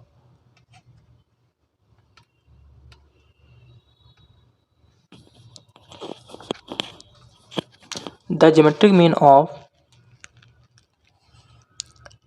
these numbers is x and geometric mean of these numbers is y। तो ज्योमेट्रिक मीन इन दोनों नंबर्स का अगर हम मल्टीप्लाई कर दें तो क्या होगा, तो सबसे पहले जो इसका अगर ज्योमेट्रिक मीन x है तो सीधी सी बात है कि अगर इनका हम मल्टीप्लिकेशन करें तो जो x होगा x की पावर n आएगा। यहाँ पर अगर हम इन सभी नंबर्स का मल्टीप्लिकेशन करें तो y की पावर n आएगा। अब यहाँ पर हमें दोनों नंबर्स की जब मल्टीप्लाई करेंगे तो जो हमारे पास इन सभी का मल्टीप्लिकेशन आएगा वह x की पावर n y की पावर n आएगा।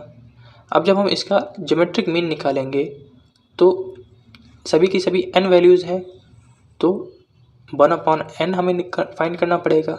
जब हम 1/n फाइंड करेंगे तो n 1/n से कैंसिल आउट हो जाएगा, तो हमें x बाई मिल जाएगा। सेम इसी प्रकार हमें जब डिवाइड करेंगे तो x/y मिलेगा, यानी कि दोनों ही ऑप्शन हमारे पास बिल्कुल सही हो जाएंगे। Consider the following in respect of discrete set of numbers. The arithmetic means uses all data and is always uniquely defined. तो ये बिल्कुल सही है। The median uses only one or two numbers from the data and may not be unique. तो ये भी गलत ये गलत है, क्योंकि जो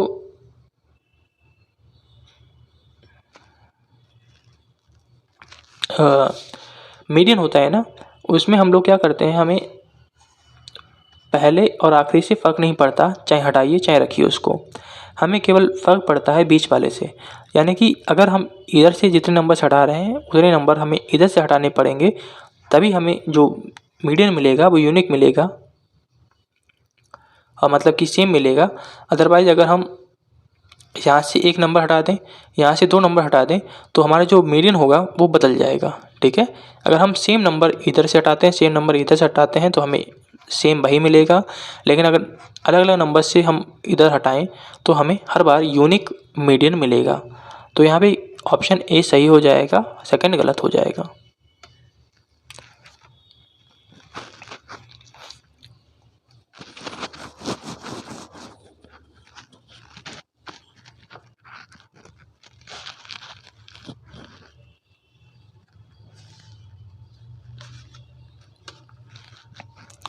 If xi are the midpoint of the class intervals of the group data, fi the corresponding frequencies, and x bar is the mean, then what is sigma fi xi minus x?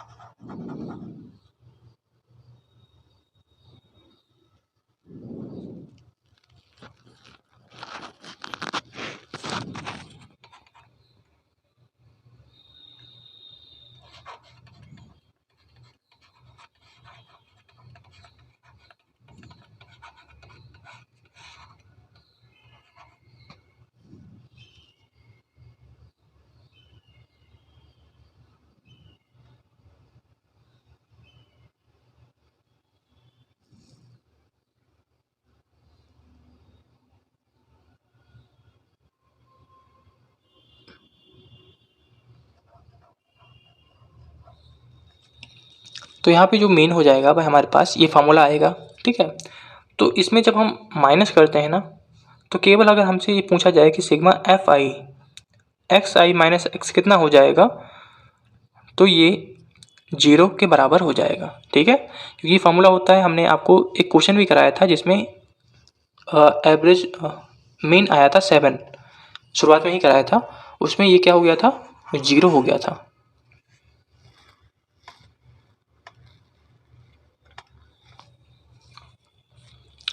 When we take class interval on the x-axis and corresponding frequencies on the y-axis and the draw rectangle with the areas proportional to the frequencies of the respective class interval,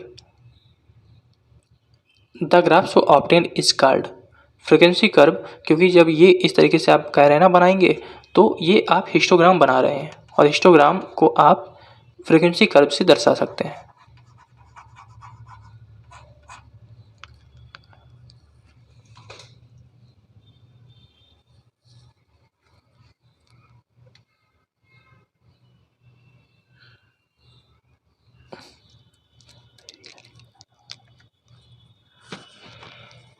when we take class in Google.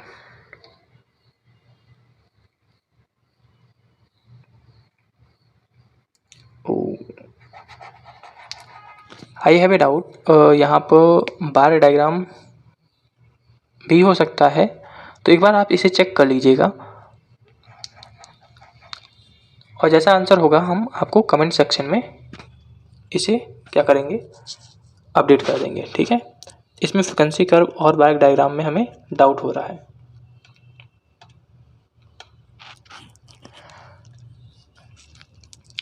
Number of complaints lodged due to road accident in a state within a year for 5 consecutive years. Budgetary allocation of the total available funds to the various items of the expenditure. तो इसमें से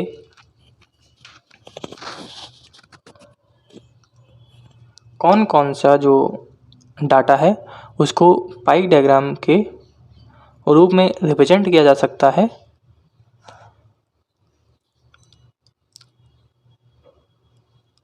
तो ये हो जाएगा both 1 and 2, क्योंकि दोनों ही data को हम पाई डायग्राम के रूप में रिप्रेजेंट कर सकते हैं।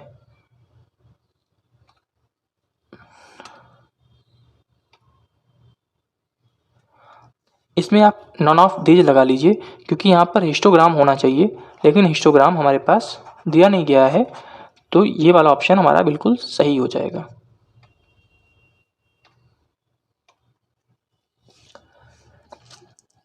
Consider the following statement related to the cumulative frequency of a frequency distribution. The frequency is being cumulated for the lower end of the range.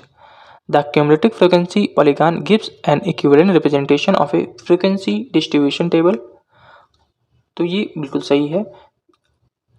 The cumulative frequency is a closed polygon with one horizontal and one vertical side. The other side have non-negative slope. तो cumulative जो frequency होती है, आपने ओगिव वाला हमने आपको बताया था, उसी में हम लोग क्यूमुलेटिव फ्रिक्वेंसी का यूज़ करते हैं। जो ओगिव डायग्राम होता है उसी में हम लोग क्यूमुलेटिव फ्रिक्वेंसी यूज़ करते हैं। बाकी में तो हम लोग कौन सा फ्रिक्वेंसी यूज़ करते हैं, जो नॉर्मल फ्रिक्वेंसी होती है उसका यूज़ करते हैं। तो इसमें जो ऑप्शन हमारे पास पहला वाला है वो सही हो जाएगा, लेकिन दूसरा वाला गलत हो जाएगा क्योंकि क्लोज्ड नहीं होते हैं।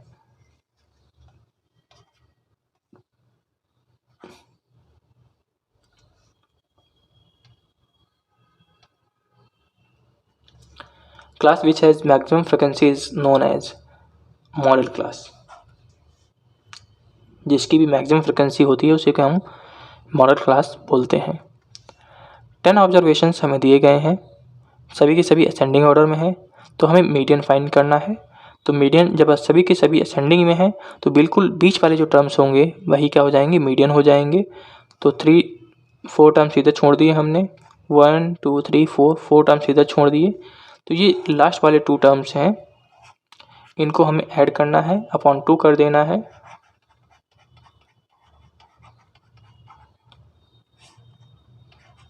इक्वल्स 24। तो 3x माइनस 12 इक्वल्स 48। तो x इक्वल्स 60/3 इक्वल्स 20।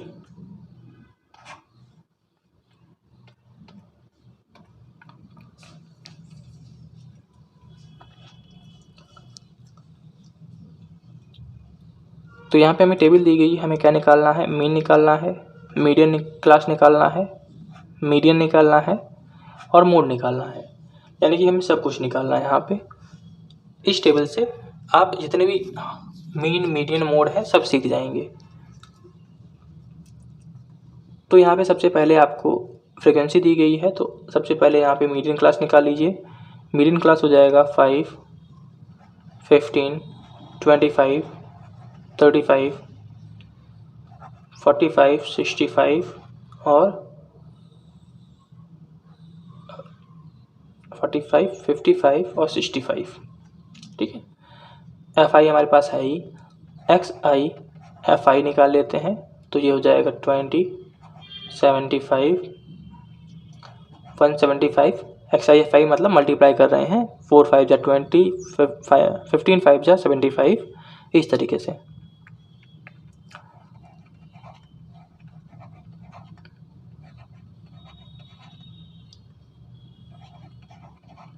तो एक्स आई एफ आई हमारे पास आ गया।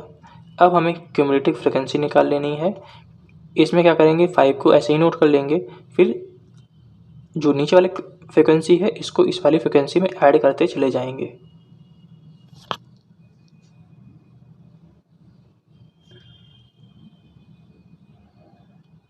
सॉरी, फ्रिक्वेंसी ये है, ये तो एक्स आई है।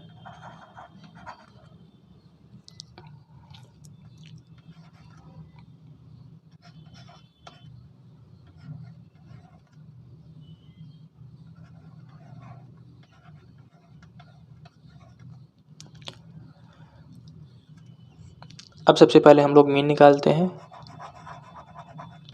मीन होता है सिग्मा एफ आई एक्स आई अपॉन सिग्मा एफ। तो सिग्मा एफ हमारे पास हो जाएगा 50 और sigma x I F I हमारे पास हो जाएगा यहाँ पे 1860। तो मीन निकालने के लिए हम क्या करते हैं, सिग्मा एफ आई एक्स आई अपॉन सिग्मा एफ आई करते हैं। तो ये हो जाएगा 1860 अपॉन 50। जब डिवाइड करेंगे तो 37.2 हमारा करेक्ट आंसर आ जाएगा। अब मीडियन निकालेंगे, मीडियन क्लास। तो मीडियन क्लास निकालने के लिए सबसे पहले सिग्मा एफ आई अपॉन 2 निकालिए। Sigma F I upon 2 50 upon 2 यानी कि 25 हो जाएगा। और 25 हमारे पास 25 से बड़ा यहाँ पे 26 है, और 26 से सामने वाला जो हमारे पास है वही मीडियन क्लास होता है। तो 30 से 40 हमारे पास मीडियन क्लास है। अब मीडियन निकालना है, तो मीडियन का फार्मूला आपको पता है कि median equals L plus sigma F I upon 2 minus C upon F into H होता है। यहाँ पर एल लोअर लिमिट होती है, लोअर लिमिट हमारे पास 30 है।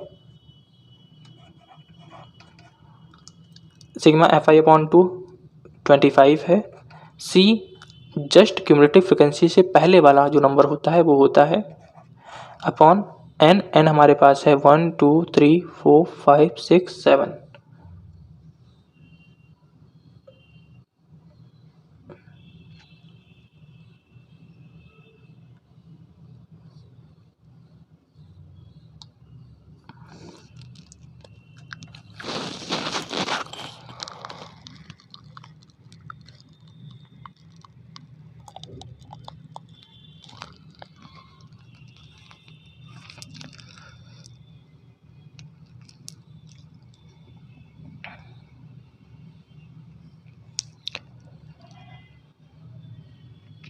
फ्रिक्वेंसी यहाँ पे हम 10 लेते हैं, इनटू हाइट हमारे पास 10 हो जाएगी।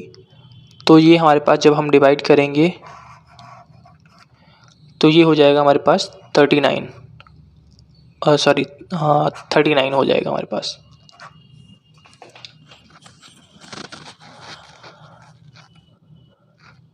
अब हमें क्या निकालना है, मोड निकालना है। तो मोड का फार्मूला क्या होता है, L plus F one minus F not upon 2 F minus F not minus F two into H होता है। तो यहाँ पर हमारे पास मोड हो जाएगा, ऐड क्या है, लोअर लिमिट यानी 30, सॉरी एल क्या होता है, अपर लिमिट होता है मोड में। तो अपर लिमिट हमारे पास 40 है, तो 40 हमने लिया, प्लस F1 हमारे पास फ्रिक्वेंसी 1,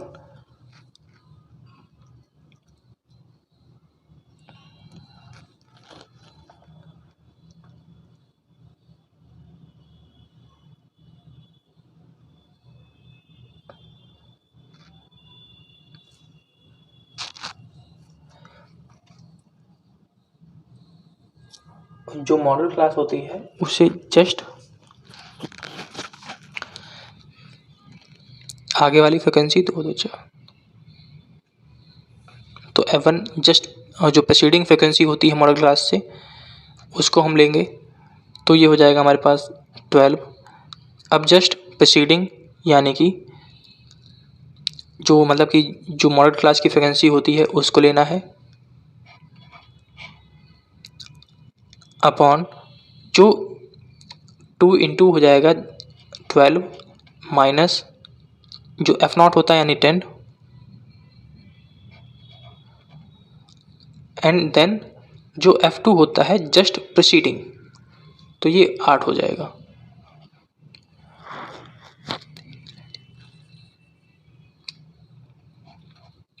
अब जब इसको हम सॉल्व करेंगे तो ये हो जाएगा 43.33।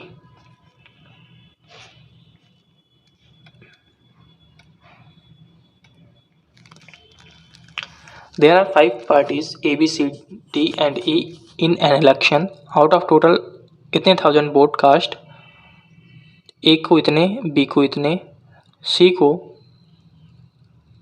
80 के, D को इतने और E का हमें फाइंड करना है। तो सबसे पहले आपको क्या करना है, टोटल वोट्स इनके निकाल लेने हैं, A, B, C और D के।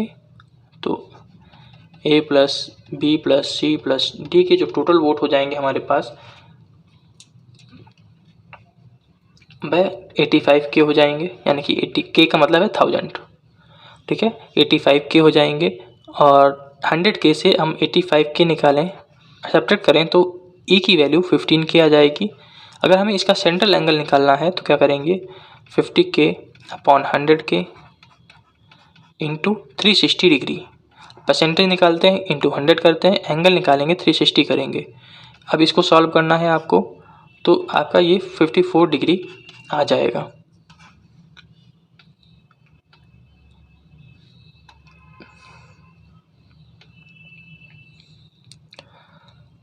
हमें ये वेरिएबल दिए गए हैं, हमें मीडियन निकालना है।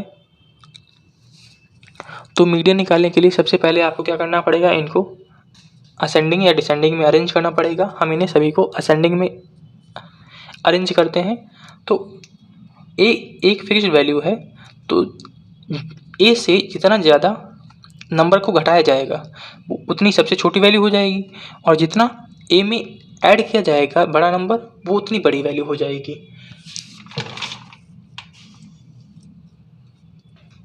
तो यहाँ पर जो हमारे पास असेंडिंग ऑर्डर में ऑर्डर आ जाएगा वह हो जाएगा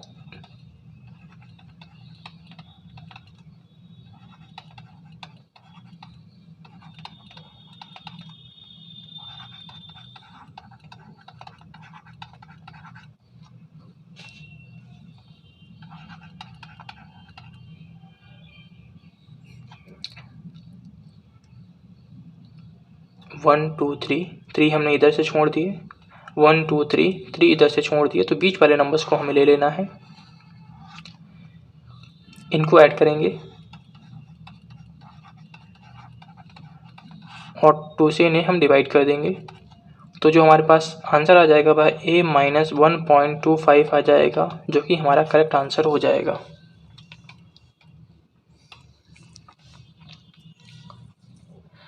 If each number is replaced by 1 plus I plus 1 xi, then the new mean is। देखो जो xi इक्वल्स xi हमें दिया गया है, ठीक है, जहाँ पर i हमारे पास 1 2 3 से लेके n नंबर्स तक हो सकता है। तो सबसे पहले अगर हम 1 प्लस आई एक्स एन निकालें, ठीक है, तो ये हो जाएगा हमारे पास i की वैल्यू अगर हम 1 रखते हैं 1 इंटू 1 और यहाँ पर एक्स एन रखते हैं, ठीक है, x1 की वैल्यू क्या हो जाएगी 1 इंटू 1। इसी तरीके से अगला आ जाएगा 3 इंटू 2। जब हम यहाँ पर 2 रखेंगे तो ये तो 2 हो जाएगा और ये हमारे पास i प्लस 1 3 हो जाएगा। इसी तरीके से सीरीज हमारी चलती रहेगी और n नंबर्स के लिए चलेगी ये। अब टोटल नंबर हैं कितने हमारे पास, n नंबर्स हैं, तो n से हमें डिवाइड करना होगा मीन निकालने के लिए। अब अगर हम देखें तो ये एक प्रकार का जो हमारे पास समीशन बन रहा है वह बन रहा है n प्लस 1 अपॉन n, क्योंकि जो लास्ट नंबर है देखिए ना n प्लस 1 इंटू n, तो यही हमारे पास समीशन बनेगा इतने नंबर्स का। अब इसे अगर हम n को अंदर मल्टीप्लाई करा दें तो ये क्या हो जाएगा, sigma n square plus sigma n upon n हो जाएगा। अब आपको पता है कि n स्क्वायर का अगर हमें सिग्मा निकालना होता है तो उसका फार्मूला होता है N N plus one 2n+1, ठीक है, अपॉन 6। और सिग्मा एन का जो होता है वह n+1 अपॉन 2 होता है और सभी के अपॉन में हमें n करना है। अब जब इसे हम सॉल्व करेंगे तो जो हमारे पास करेक्ट आंसर आ जाएगा वह n+1 n+2 अपॉन 3 आ जाएगा।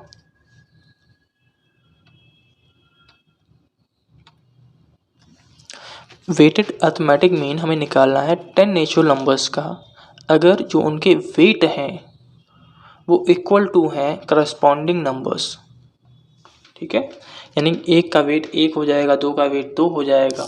तो सबसे पहले जो वेट का फॉर्मूला होता है अर्थमेटिक वेटेड अर्थमेटिक मीन का जो फॉर्मूला होता है वह होता है सिग्मा WI अपॉन सिग्मा, या आप कह सकते हैं WI/XI अपॉन सिग्मा WI, ठीक है। तो जो सीरीज हमारे पास बनेगी वह बनेगी WI इन्होंने हमें 1 2 3 से 10 तक दिया है और इसी तरीके से FI भी हमें 1 2 3 से 10 तक दिया है। यानी कि उन्होंने WI हमें दिया है 1 2 3 से लेके 10 तक और FI इन्होंने हमें दिया है 1 से लेके 10 तक। यानी कि जो नंबर है उसी की फ्रीक्वेंसी है, जो नंबर है वही फ्रीक्वेंसी है। तो अब हमें क्या करना पड़ेगा, सिग्मा WI/FI निकालना पड़ेगा, या अगर आप इसे फ्रीक्वेंसी को WI मान लें और इसको X मान लें तो WI/XI निकालना पड़ेगा। तो ये हो जाएगा 1 + 2² + 3² इंटू 10² तक हो जाएगा। तो ये आपके पास एक अर्थमेटिक सीरीज बन रही है स्क्वायर वाली।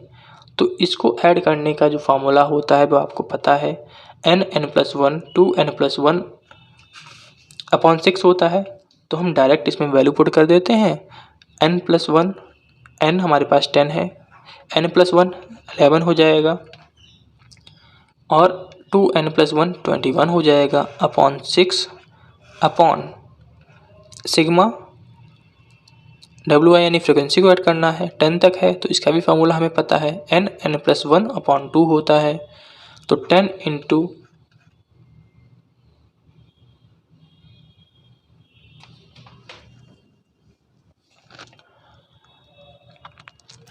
यहाँ पर जो सिग्मा होता है, सिग्मा हम लोग यूज नहीं करते हैं, बल्कि नंबर ऑफ ऑब्जर्वेशंस हमें जितने दिए गए होते हैं हम उनको लेते हैं। तो यहाँ पर हमारे पास 10 हो जाएगा क्योंकि 10 हमारे पास ऑब्जर्वेशंस हैं, ठीक है। मीन निकालते हैं तो हम ऑब्जर्वेशंस लेते हैं। तो ये 10 से 10 cancel out,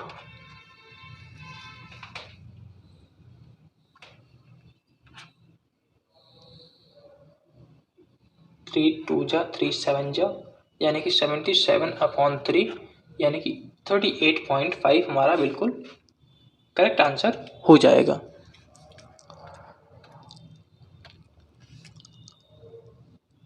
An election result in which 6 parties contested was depicted by a pie chart. Party A had an angle 135 degree on which pie chart, if it secured इतने votes, then how many valid votes in the total were। यानी कि जो 135 degree है वह 21960 के बराबर है। तो हमें फाइंड करना है 360 डिग्री यानी कि पूरा का पूरा एंगल कितने के बराबर होगा। तो 21960 अपॉन 135 इंटू 360। अब इसे जब सॉल्व करेंगे तो हमारे पास आंसर आएगा 58560।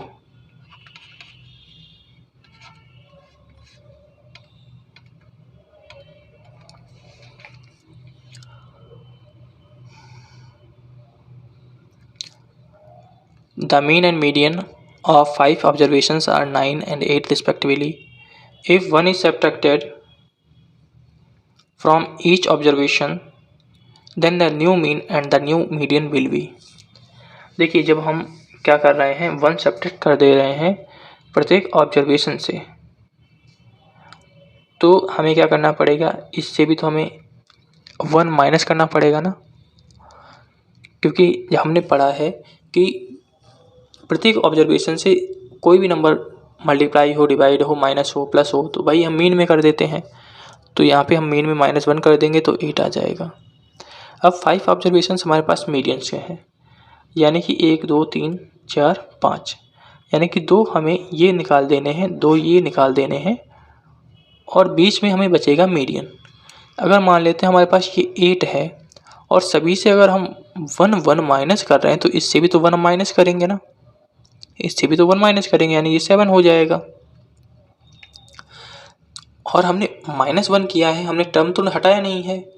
अगर हम यहाँ से टर्म हटा देते तब हमारा मीडियन चेंज हो जाता, लेकिन हमने टर्म नहीं हटाया, हमने केवल सभी से -1 कर दिया है। तो जो हमारे पास आंसर हो जाएगा वह 8 और 7 हो जाएगा।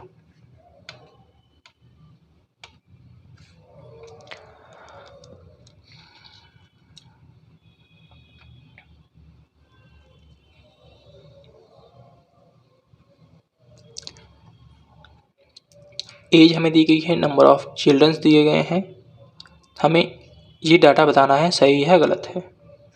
तो सबसे पहले हमें यहाँ पर CF निकाल लेना चाहिए। तो CF हमारे पास हो जाएगा 4 11 20 32 38 एंड 40। तो सबसे पहले हम मीडियन फाइंड करते हैं। तो मीडियन होता है हमारे पास L, तो यहाँ पर जो मीडियन हमारे पास हो जाएगा, मैं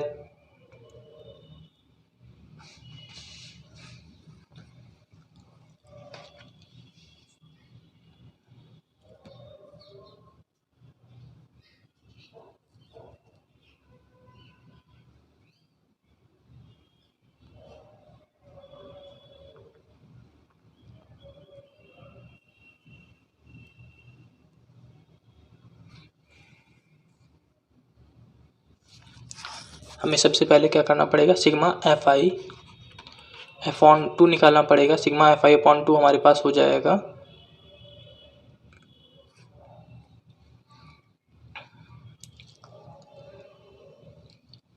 7 4 11 11 9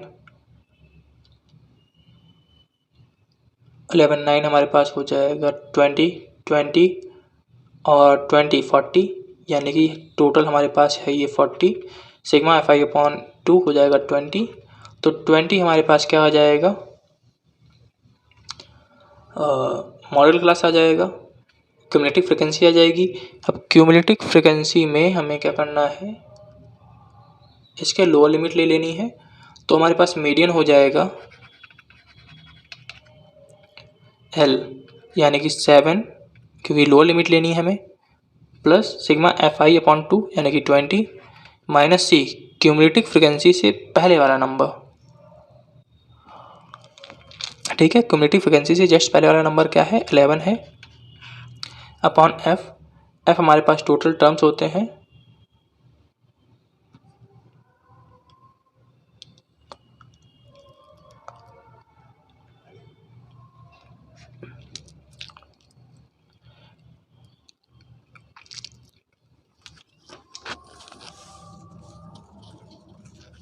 F यहाँ पर हमारे पास जो क्यूमुलेटिव फ्रिक्वेंसी के सामने वाली फ्रिक्वेंसी है उसको लेना है हमें, यानी कि मॉडल क्लास की जो फ्रिक्वेंसी है वो हमें लेना है। वो हमने मॉडल क्लास की फ्रिक्वेंसी ले ली 9। अब इसके बाद हमें क्या करना है, हाइट यानी कि क्लास साइज लेना है। क्लास साइज 8 - 7 1 है।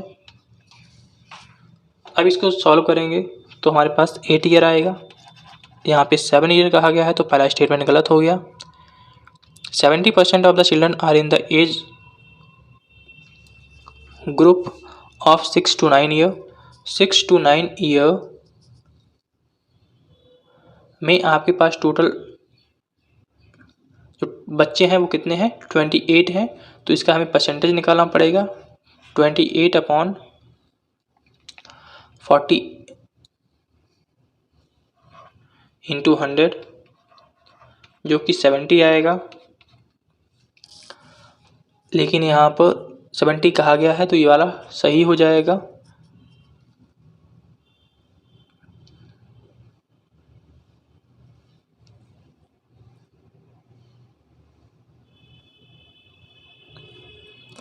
Model age of the children is 8 year.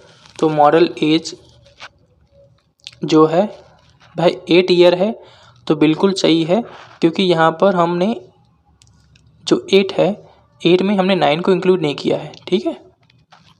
क्योंकि इसमें हम 9 इंक्लूड नहीं कर रहे हैं, तो मॉडल एज क्या हो जाएगी, 8 हो जाएगी। ये जो हमने 8 से 9 ये है ना, ये हमारे पास मॉडल क्लास है।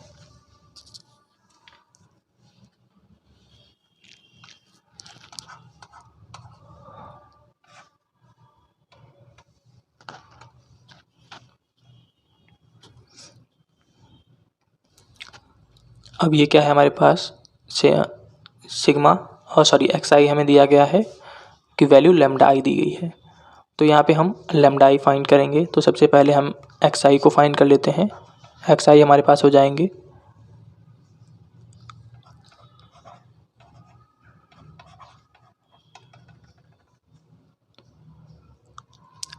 हमें कहाँ तक लेना है, 10 तक लेना है, तो हम 10 तक ले लेते हैं। जो मीडियन हो जाएगा हमारे पास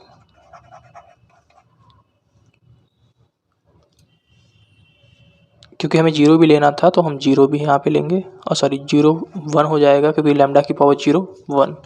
तो टोटल टर्म हमारे पास 11 हो गए, यानी कि n हमारे पास ऑड है। तो जो हमारे पास फार्मूला बनेगा मीडियन का वह ये वाला टर्म बनेगा, और ये टर्म कौन सा है, लैम्डा 5 है। 6th टर्म हमारे पास लैम्डा 5 है। अब हमें am निकालना है। Arithmetic mean lambda 11 minus 1 upon 11 into lambda minus 1 आएगा। जब हम सब ऐड कर कर सॉल्व करेंगे ना, तो ये आएगा। और इसके बाद हमें क्या निकालना है, ज्योमेट्रिक मीन निकालना है, क्योंकि हमें चेक करना है am मीडियन और gm। तो जब हम यहाँ पे gm निकालेंगे तो सभी का मल्टीप्लिकेशन हमारे पास हो जाएगा लैम्डा 10, और क्योंकि सभी के सभी 11 टर्म्स हैं तो 1/11 करेंगे, तो ये हो जाएगा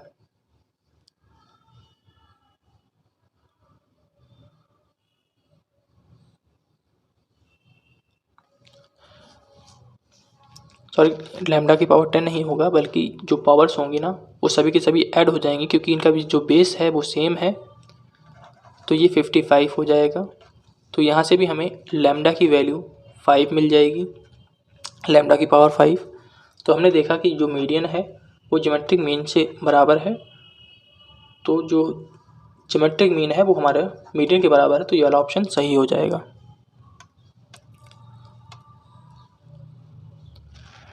यहाँ पे हमें हार्मोनिक मीन निकालना है। तो सबसे पहले हम यहाँ पे एक्स आई लिख लेते हैं। यहाँ पर 11 तक हमें आई को लेना है। तो 1, 1/2, 1/3 से 1/11 तक। अब इसका हम सबसे पहले हार्मोनिक मीन निकालेंगे। सबसे पहले हम इसका मीडियन निकाल लेते हैं। तो यहाँ पर हमारे पास कितने टर्म्स हैं, 11 टर्म्स हैं। तो जो 5th टर्म होगा 6th टर्म भाई हमारा क्या हो जाएगा, मीडियन हो जाएगा। तो 6th टर्म जो हमारे पास होगा वह 1/6 होगा। अब हम HM निकालेंगे। तो HM हमारे पास फार्मूला है 1/11, 1/ पहला ऑब्जर्वेशन, फिर 1/ दूसरा ऑब्जर्वेशन, इस तरीके से 1/11 1/1/11 तक। जब इसे हम ऐड करेंगे तो ये आपके पास टोटल 66 हो जाएगा। तो 66/11 इक्वल्स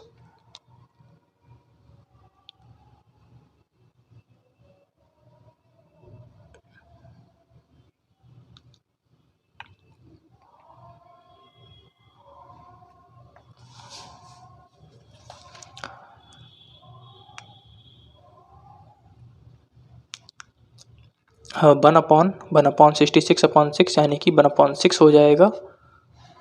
तो ये HM हमारे पास क्या है, मीडियन के बराबर हो गया। तो HM मीडियन के बराबर हो गया, तो ये वाला ऑप्शन हमारा बिल्कुल सही हो गया। तो दोस्तों ये वीडियो था स्टैटिक्स का। स्टैटिक्स हम लोगों ने पूरा कवर कर दिया। अगर इससे किसी भी प्रकार का डाउट आपको बचता है वो कमेंट सेक्शन में आप पूछ सकते हैं। इस वीडियो को लाइक कीजिएगा, चैनल को सब्सक्राइब नहीं किया अभी तक तो सब्सक्राइब कर दीजिएगा। फिर ऐसे ही धमाकेदार वीडियो के साथ मिलते हैं, तब तक के लिए जय हिंद, जय भारत।